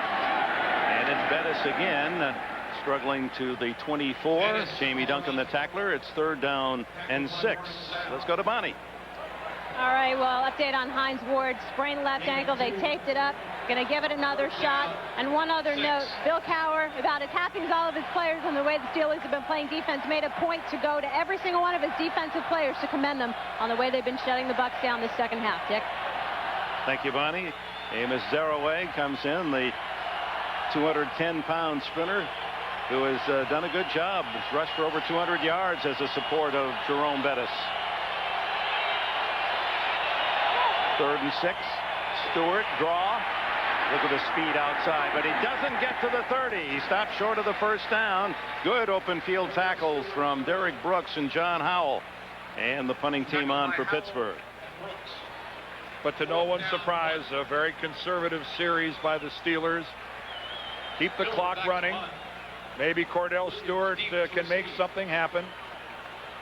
You got a 2-touchdown lead, and you don't want to get too conservative, but in this offense, Cordell running the football is a pretty good bet. Josh Miller kicking to Carl Williams. No, he's not. He's going to boot it out of bounds, and Tampa Bay will take over at the 32-yard line when we return. 11 minutes and a second remaining in the 4th. Steelers by 14. Hey, it's Dark Mountain Roast Coffee. Real robust, full-bodied coffee. Always fresh. As good or better than any coffee house. And it costs less. Dark Mountain Roast Coffee, only at 7-Eleven. Get it while it's hot. It's always hot. Yeah. Oh, thank heaven. Hi, I'm Susan McGinnis, news anchor for CBS Market Watch. CBS Market Watch is not only the place I work, it's also the resource I use and trust when I'm managing my own finances. It's where you should go first for the best information on mutual funds, retirement, real estate, taxes. The ING personal finance section gives you the best advice from some of the industry's most seasoned financial columnists.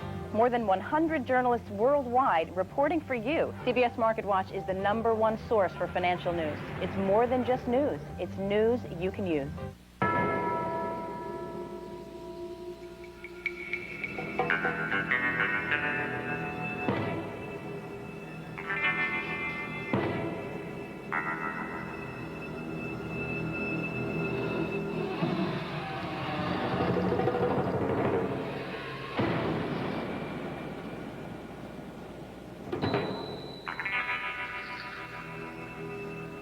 The Civic HX from Honda. We should get out of here now. This film has been given an R rating for horror, violence, gore, nudity, and some language. So be warned.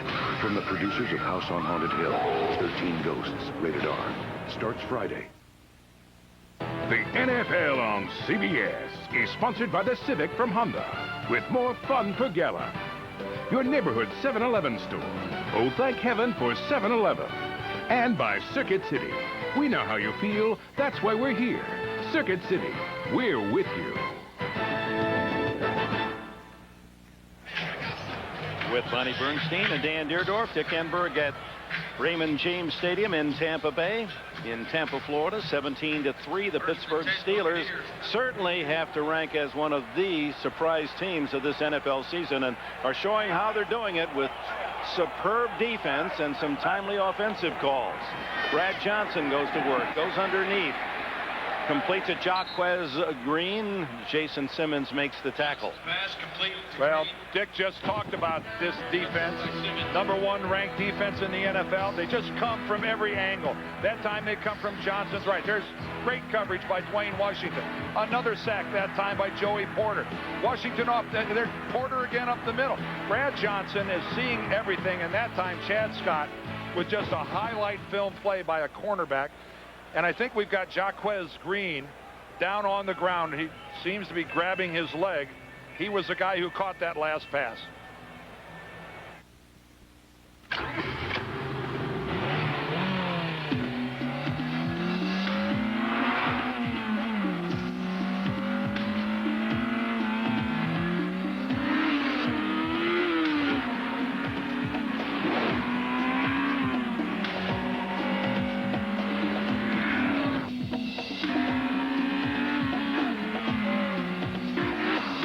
The all-new 200 horsepower Acura RSX.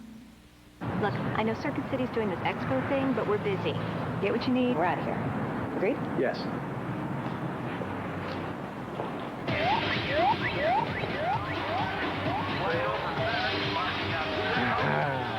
Kevin! We know how you feel. It's Expo 2001. 30 days of non-stop demonstrations of what's hot and what's next in electronics. September 30th through October 31st. Circuit City, we're with you. A chunky quarterback moment. Donovan McNabb's mom served him Campbell's chunky beef with country vegetables. Now with more lean beef. Filled up right by beefy chunky soup, Donovan took on beefy linebackers. Is your dandruff sending the wrong signals? Go! Go! No. Get Selsun Power. Doctors recommend Selsun Blue. Man, that is awesome. Get Selsun Power. Make no mistake, Survivor is back. The rugged African terrain is taking its toll.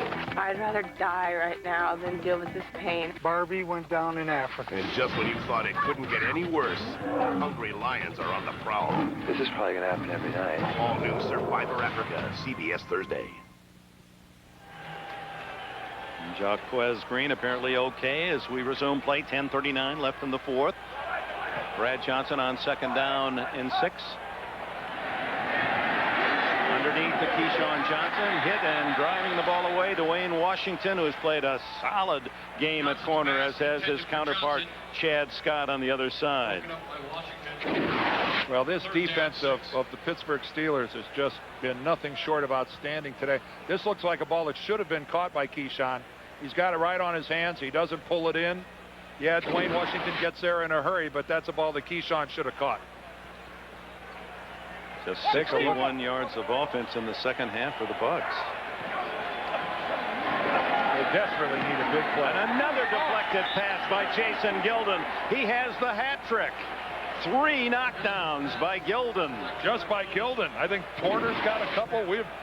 We have seen a plethora of knockdowns today by the Steelers.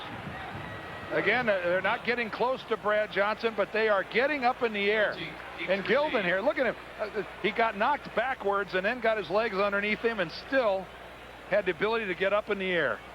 Now, I tell you what, Tim Lewis, the defensive coordinator for the Steelers, he has called a wonderful game to this point. There's Mark Royal's punt to Hank Poteet. Poteet drifts back inside the 20. To the 25-yard line. 47 yards on the punt and 9 on the return. 10 minutes, 11 seconds left in the fourth with the Steelers up by a pair of touchdowns.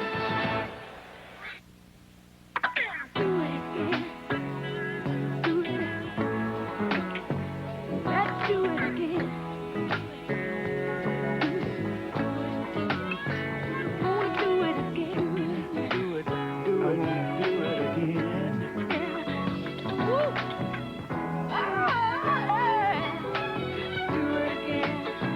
Sweet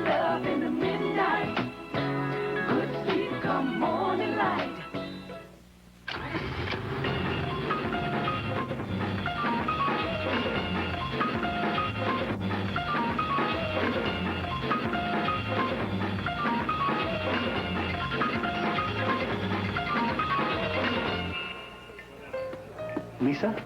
Tom. Nice to meet you. I got a little held up at work. Where's that? L.A. Introducing the 260 horsepower Acura TL Type S. This way. You're not going to believe this. What was stolen? Everything. Payroll, R&D, customer records, all the assets. How could they get everything? I don't know. You're the cops. The room is completely empty. All the assets were in this room? Everything. Ned, the servers. They stole all our servers. No, we moved everything onto that one. It's going to save us a bundle. I sent out an email. IBM e-servers running Linux. What's a server? They can save you a bundle. The NFL on CBS is sponsored by cold-filtered Miller Genuine Draft. Never miss a genuine opportunity. And by Wendy's Bacon Mushroom Melt. When you gotta have one, you gotta have one. There's the #1 defense in the National Football League coming into this game, and they certainly have underlined that top role in their performance this afternoon. Well, we saw a very conservative series by the Steelers last time, Dick. Bill Cowher talked about wanting to be a risk taker. You know right now that Tampa Bay is playing run all the way. If you wanted to take a shot, this could be fun. And Bettis, the likely receiver, the handoff from Stewart, does up the middle, big hole, and he crushes his way for another 16, 17 yards before he's brought down. Make that 12 yards on the play. Well, if that's Tampa playing run all the way, well, maybe Pittsburgh doesn't have to take a shot. Boy, you pretty much know this is coming. Look at that blocking up the middle. Boy, we saw the umpire hit the ground really quickly there. Steve Wilson's our umpire today, and he gets blindsided. That's one way to make sure he doesn't call holding on a play. Fortunately, he's okay. Pretty tough to throw that flag from your back. 132 yards now for Bettis, who certainly has been the offensive star. Gets it again. Grew up in Detroit. Oh, it's a ball, and it's picked up. They rolled him down. Yeah, he was down. Warren Sapp finally in to make a tackle. He's not been called very often today. Each team has 2 timeouts, in case you're wondering. At first glance, it sure looked like there was no question that Jerome Bettis was already on the ground before the ball comes loose. And yeah, he not only hit the ground, he slid forward a foot or so before the ball squirted out. Give Bettis another 5-6 yards on the carry. Yep. Yeah, he's way down before the ball comes out. As Dan mentioned, bowling ball style, and that's been in the family. They're outstanding Michigan champions, in fact, in the family. He's a kegler of the first degree. Russell down at the 47-yard line by Jamie Duncan. Well, your team has 2 minutes left, 80 yards to go, no timeouts. You're down before. Which quarterback do you want leading your team? There are some possible choices. You can add your own if you wish. Just log on and cast your vote at NFL.com. Last week we asked which team would win the AFC Central, and by a close margin, you voted for Pittsburgh to beat Baltimore for the AFC Central. I'm writing in Carl Sweetan. He's my choice. Well, you never know about Carl. Yeah, write-ins are allowed, aren't they? Lions, sure. 3rd and short. Bettis again. Head down. Plows close to a first down. Duncan makes the stop. Clock continues to run. 7:45. Well, we talked early. You heard Bonnie talk early on about Jerome Bettis and how the asthma and the humidity were a bad combination for him. Well, okay, I'll save a little energy. Instead of running for a touchdown, I'll throw a touchdown pass to Jeremy Tooman. But then the bus showing just unbelievable speed. Ran through a red light. He ran through a red light, the bus on that one. And then he ran over his coach on the way back to the sideline. But Donnie Abraham, the cornerback, was chasing Jerome Bettis for the last 25 yards and didn't even close the gap between the two. And now on 3 carries, he picks up another Steeler first down. And at this point, the weight of steel sinking the Buccaneers ship in Tampa today. And I can tell you as a former offensive lineman, Dick, there's nothing more satisfying to an offensive football team and an offensive lineman in particular than holding a lead, having the other team know you're going to run the football and run it anyway. That is the ultimate in your face. Amos Zaraway now at tailback.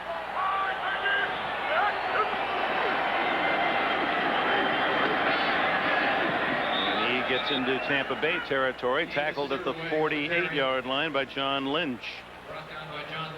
Bonnie Bernstein, what do you have? Well, Dick, for as much success as Jerome Bettis has had this year, he gives a lot of the credit to Amos Zaraway. He said, if you remember back to my rookie year, I had Eric Pegram to spell me, but after that, we were in constant search of that number 2 back, and nothing panned out.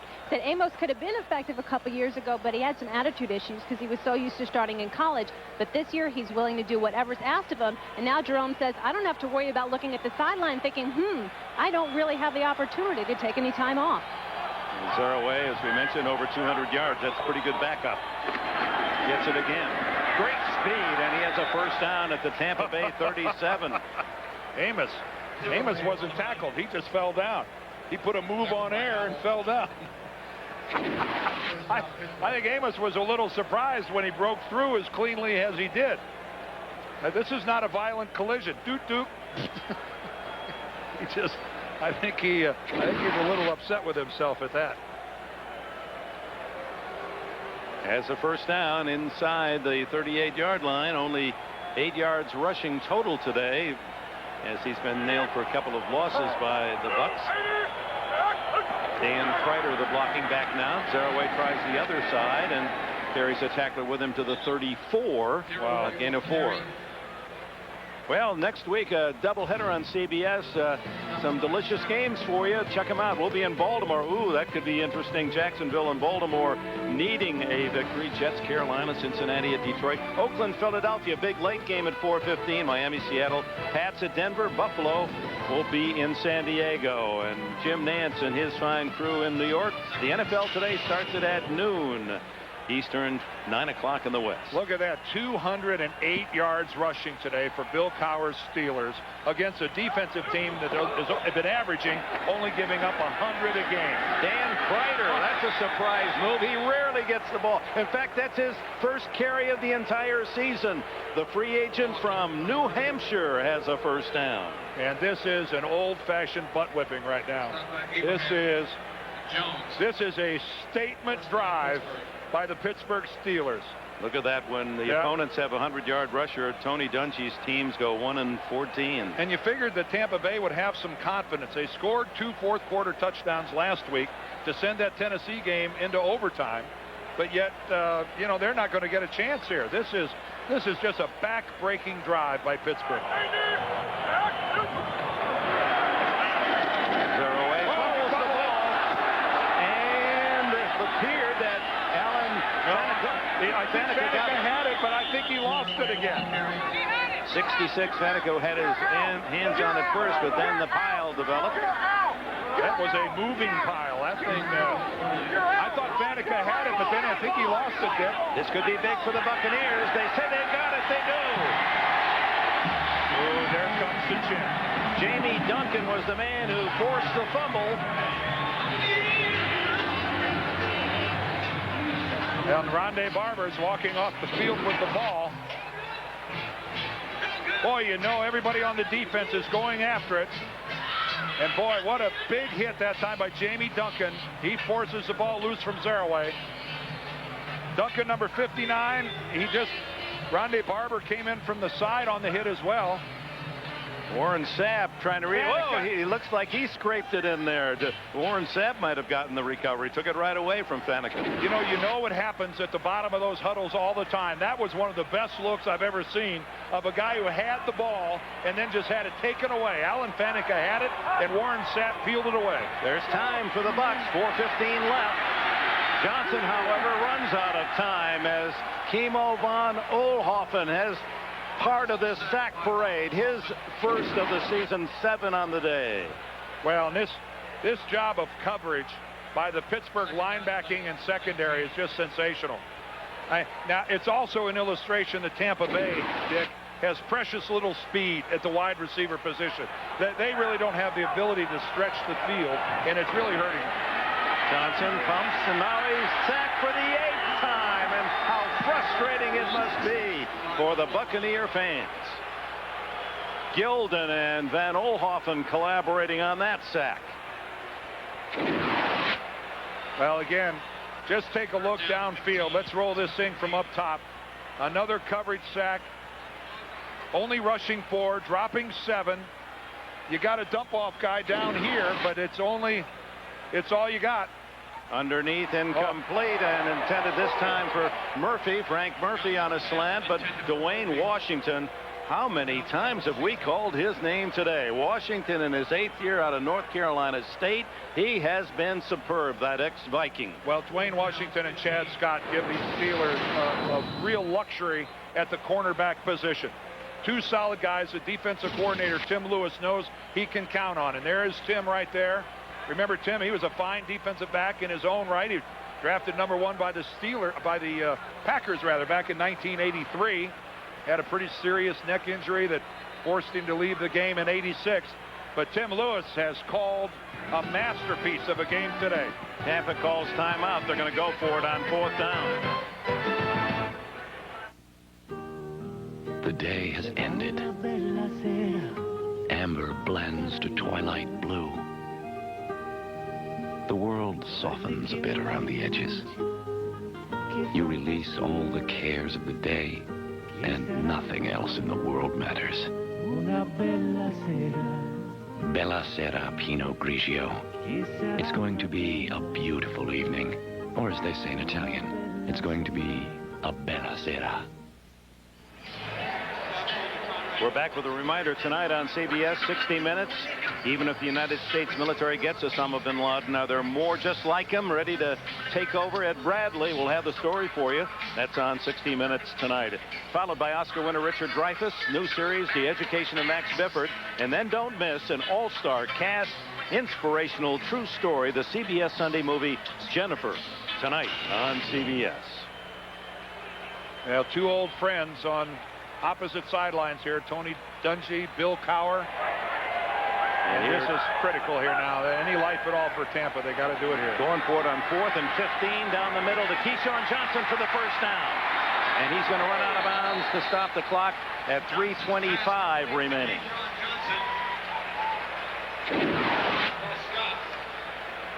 Well, from all the way across the field, a crossing pattern here by Keyshawn. Well, you see how he made the move there to get behind Earl Holmes? He wanted to run that crossing pattern between the linebackers in front of the safeties. And all this is just camouflage. 3 guys clearing the field so that Keyshawn can work underneath. A good look at the way that was set up. That was intended for Keyshawn Johnson all the way. Those 3 were nothing more than clearing. Johnson again searches the field. Johnson with his 10th catch of the game. Keyshawn has 10 and 41 on the young season, and a first down at the 45 of Pittsburgh under a loose zone. And now Keyshawn is limping a little bit as he gets up. Maybe he's trying to set somebody up. Only 1 timeout left for Tampa Bay. We're 3-minute mark of this 4th quarter. Keyshawn right there in the slot. Johnson goes the other way to Riddell Anthony, and Jason Simmons with the immediate tackle after short yardage. And Simmons, I think, Dick, is hurt. He's got to go off the field. So Keyshawn is limping, and Jason Simmons of the Steelers, who just made that tackle, he got up hurt. Brent Alexander, injured earlier, returns for the Steelers. This is Keyshawn right here. You see him catch the ball. Boy, hard to see how he hurt himself there, but he certainly did. It forced him to the sideline. The ground. He's one under his career high of 11 catches with his 10 today. Johnson blitz, and down he goes. Joey Porter has another. Porter showing you why he is one of the most feared outside linebackers in the league. Boy, does he shoot through it like a halfback. Well, he has 4.64 speed, and you see you think they just give you a jersey and say you're a linebacker for the Steelers and you just play great? Just plug him in. For how many years has it been? 30 years. Yeah. Joey, who's an outside linebacker at that time, just played down defensive end. Underneath, however, in this one to Carl Williams, and Williams is close to a first down at the Pittsburgh 36 with 2:22 in the clock running. And Tampa only has 1 timeout remaining. And Brad Johnson will sneak it for the first down to get some more 4 more downs. By the way, 9 sacks today by Pittsburgh. Their all-time record, Steeler record, is 10. They've done it 3 different times. 2-minute timeout. Tampa Bay desperate to get a couple of scores.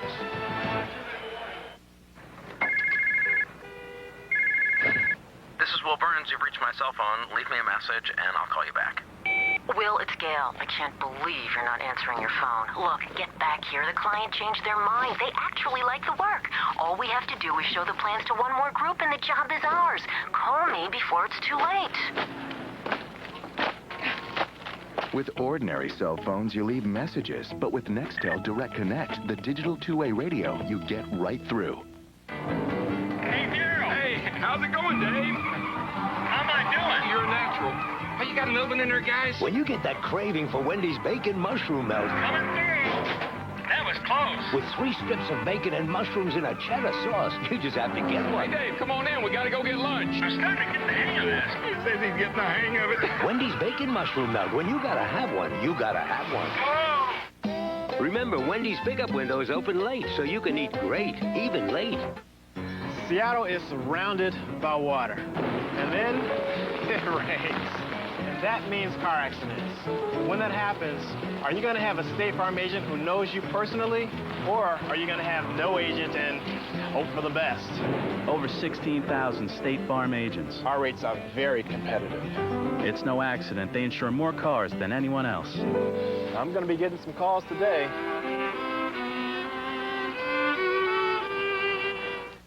A nuclear bomb was hidden under this New Jersey house. Powerful enough to destroy the center of a large city. And it's just been stolen. We have a serious situation here. Now the agency must find it. There's the bomb. Before it gets into the wrong hands. The American people are safer for our actions today. An all-new agency, CBS Thursday. Jerome Bettis with a touchdown run of 46 and a touchdown pass today to lead Pittsburgh to the 17-3 lead. Did you ever score a touchdown in your career, college or football? None? No. Never a fumble? No, I tried a couple times. I had one I was going to get. Conrad Dover took it away from me.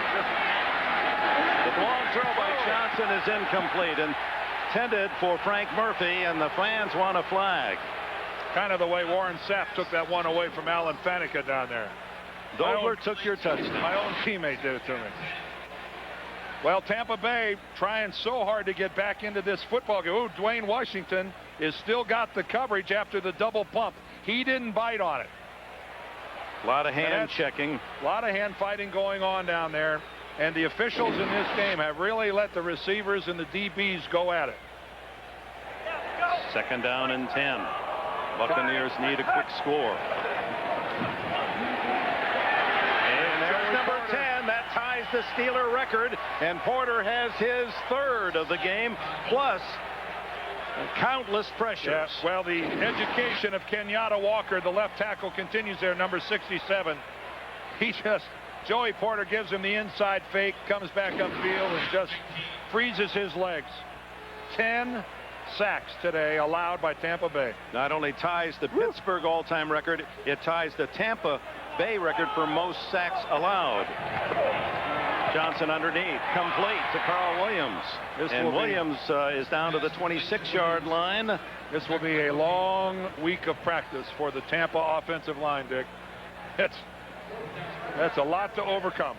Timeout. That's the last timeout for Tampa Bay. Coming up on the Subway postgame show, Jim, Mike, Randy, and Jerry have all the scores of the early games, the top highlights. You'll get all the latest NFL news getting ready for the second games coming up on the Subway postgame show. So no timeouts left for the Bucs. 1:18 remaining. Their only hope is a quick touchdown score and an onside kick. But the Steelers, who have been a very stingy lot today on defense. And on the road, too. That's what has to please Bill Cowher so much. Tony Dungy's team has such a home field advantage here at Raymond James Stadium. Again, they're 20-5 here at home since this stadium opened in '98. And right now, question marks surround this Tampa franchise. They're just not able to put any points on the board only last week, and then they lost in overtime at Tennessee. It's a right hip flexor, which has sent Keyshawn Johnson to the Tampa sideline. Johnson grabs Johnson underneath to Carl Williams, and he has the first down. If they can just get this thing in the end zone, Dick, we're gonna have an interesting onside kick. Here goes their cannon, which they shoot when you get in the red zone. We'll figure that. Brad Johnson underneath again, complete. This time to Frank Murphy, and Murphy with a tough catch at the 11-yard line. Clock running down to 51, 50 seconds left. The Bucs with no timeouts left. Johnson into the flat, complete. Murphy out of bounds to stop the clock with 37 seconds. First and goal at the 4. The Subway postgame show is next. All the scores and highlights, latest NFL news. Subway postgame show follows our final gun. Ball at the 5-yard line as Bill Cowher's defense digs in. 37 seconds left. First and goal, and Keyshawn Johnson with a top-notch game. 10 catches and 159 yards, but on the sideline. Yeah, that hip flexor keeping him from participating here at the end. Johnson. Now the scramble. Someone's got to be open. There it is. Touchdown, Frank Murphy. His first NFL touchdown with the Tampa Bay Buccaneers.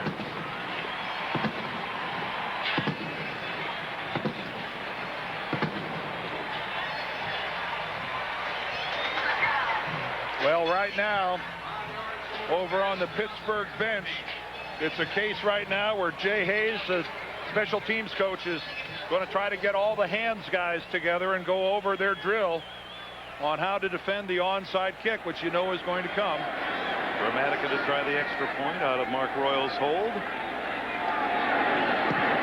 And Tampa Bay draws within 7 with 28 seconds left.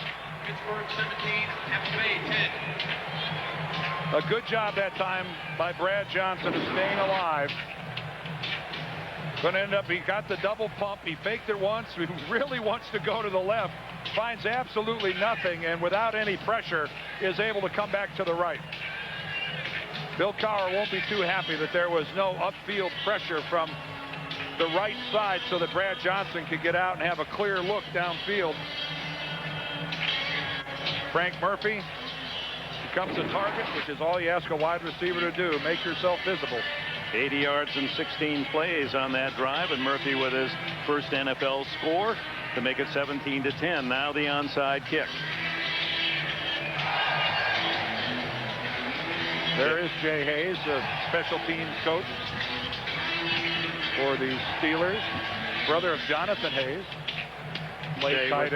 Jay was an assistant at Notre Dame, I think, when Jerome Bettis played there. Well, they line up the strength to the left to the Buccaneers. And Gramatica tees it high and tries to clip the point of the ball. Gramatica is going to try to do something dramatic. They hope so in Tampa Bay. And they got it. It appeared Tampa Bay was able to recover it at the 44. Brian Kelly was the man that had his hands on it. Officials getting a lot of help from the Tampa Bay bench. Well, we saw last time how that ball could change hands. Who knows how many times before they get the bottom of this. It doesn't count who had it first. It's who has it last. Yeah, they're pointing. Whoop. They started to point for Tampa Bay. Now I think they're going to reverse. You're not allowed to scratch your head. That confuses everybody. Pittsburgh. Boy, it sure did look like somebody from Tampa got both hands on the football. Terrific Gramatica effort. Well, look at the ball right here. It's going to go high. There's the hop. There's Kelly, 25. He's got it there. But he doesn't have a strong grip on it coming down. Bruner was the man ripping it away for Pittsburgh. And it's a free-for-all after that. Who knows how many guys had a hold of it. When you're out of sight, who knows? Kelly had it. In traffic, just gets it knocked loose. So with 27 seconds left, all the Steelers need to do is execute the center quarterback exchange. No timeouts for the Buccaneers, and this game will be over.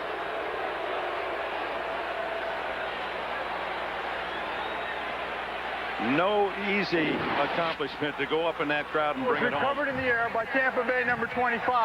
He came to the ground. The moment he hit the ground, he had control of the ball, and the play was over. Therefore, it is Tampa Bay's ball, first down. Oh, they're going to say that he had control of the ball? It didn't appear. 28 seconds. 28 seconds on the clock. No, he doesn't have control of the ball from that shot. Ball was coming out. Well, it looked like it was coming out. Question is, when he went out of sight while he was still in the air, did he put it away, Dick?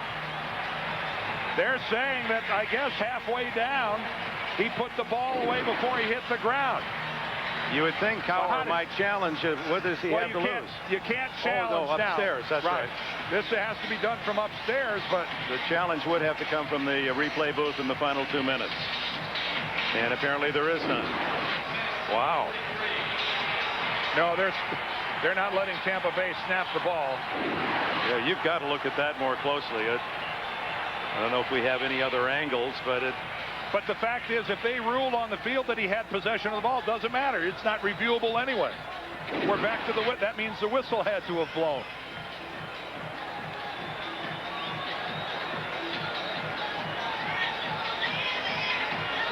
Man, I don't see where he had control of that football and hit the ground. Well, that's a moot point now. 28 seconds for Tampa Bay from the 43-yard line to get the ball into the end zone. They have no timeouts. I'm interested how they got to that decision, because initially they ruled that it's Pittsburgh's football. That's and right, then somehow, on the field, right, Ed Hockley himself signaled that the ball belonged to Pittsburgh, and then he came back and said he had possession.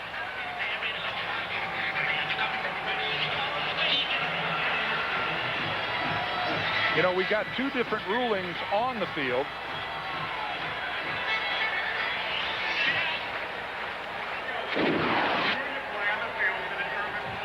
Control of the ball when he came to the ground. The ruling on the field was that the player had control, therefore the play was over. We will review it. See, here again, I'm lost. I don't understand what they're going to review. If he says he didn't have control, was there also a ruling on the field that somebody from Pittsburgh ended up with the ball? Yes, that was the signal given.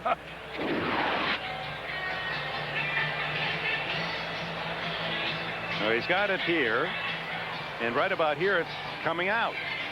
But I'm back to my original point, Dick. If the ruling on the field was that he had possession of the ball and recovered it, that means the whistle had to have blown there. Is not the play over? Isn't it over? How can you have it both ways here? That's what I'm not completely understanding. Well, that's why they call it an inadvertent whistle in this situation. Bruner appeared to be pulling it away, and then it's a matter of who recovers the ball, and then that ruling was that the Steelers recovered it. But do we know that Bruner was the guy who recovered the ball for Pittsburgh? Well, that was the signal given. This is just very confusing. At first, it's Pittsburgh's ball. Secondly, they say it's Tampa's ball. And in my estimation, they're reviewing what isn't reviewable.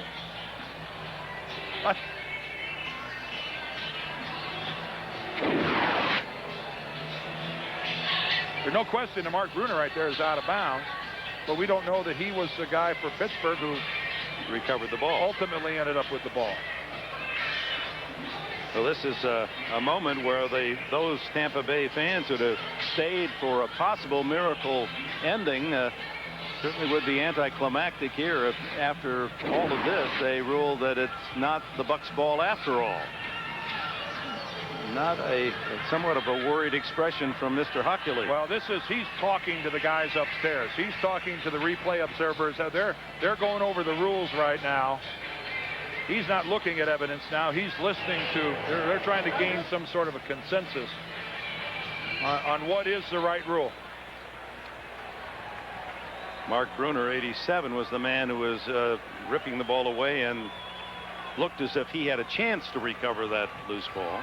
Well, if they say Bruner was out of bounds and came back in and got it, that's their.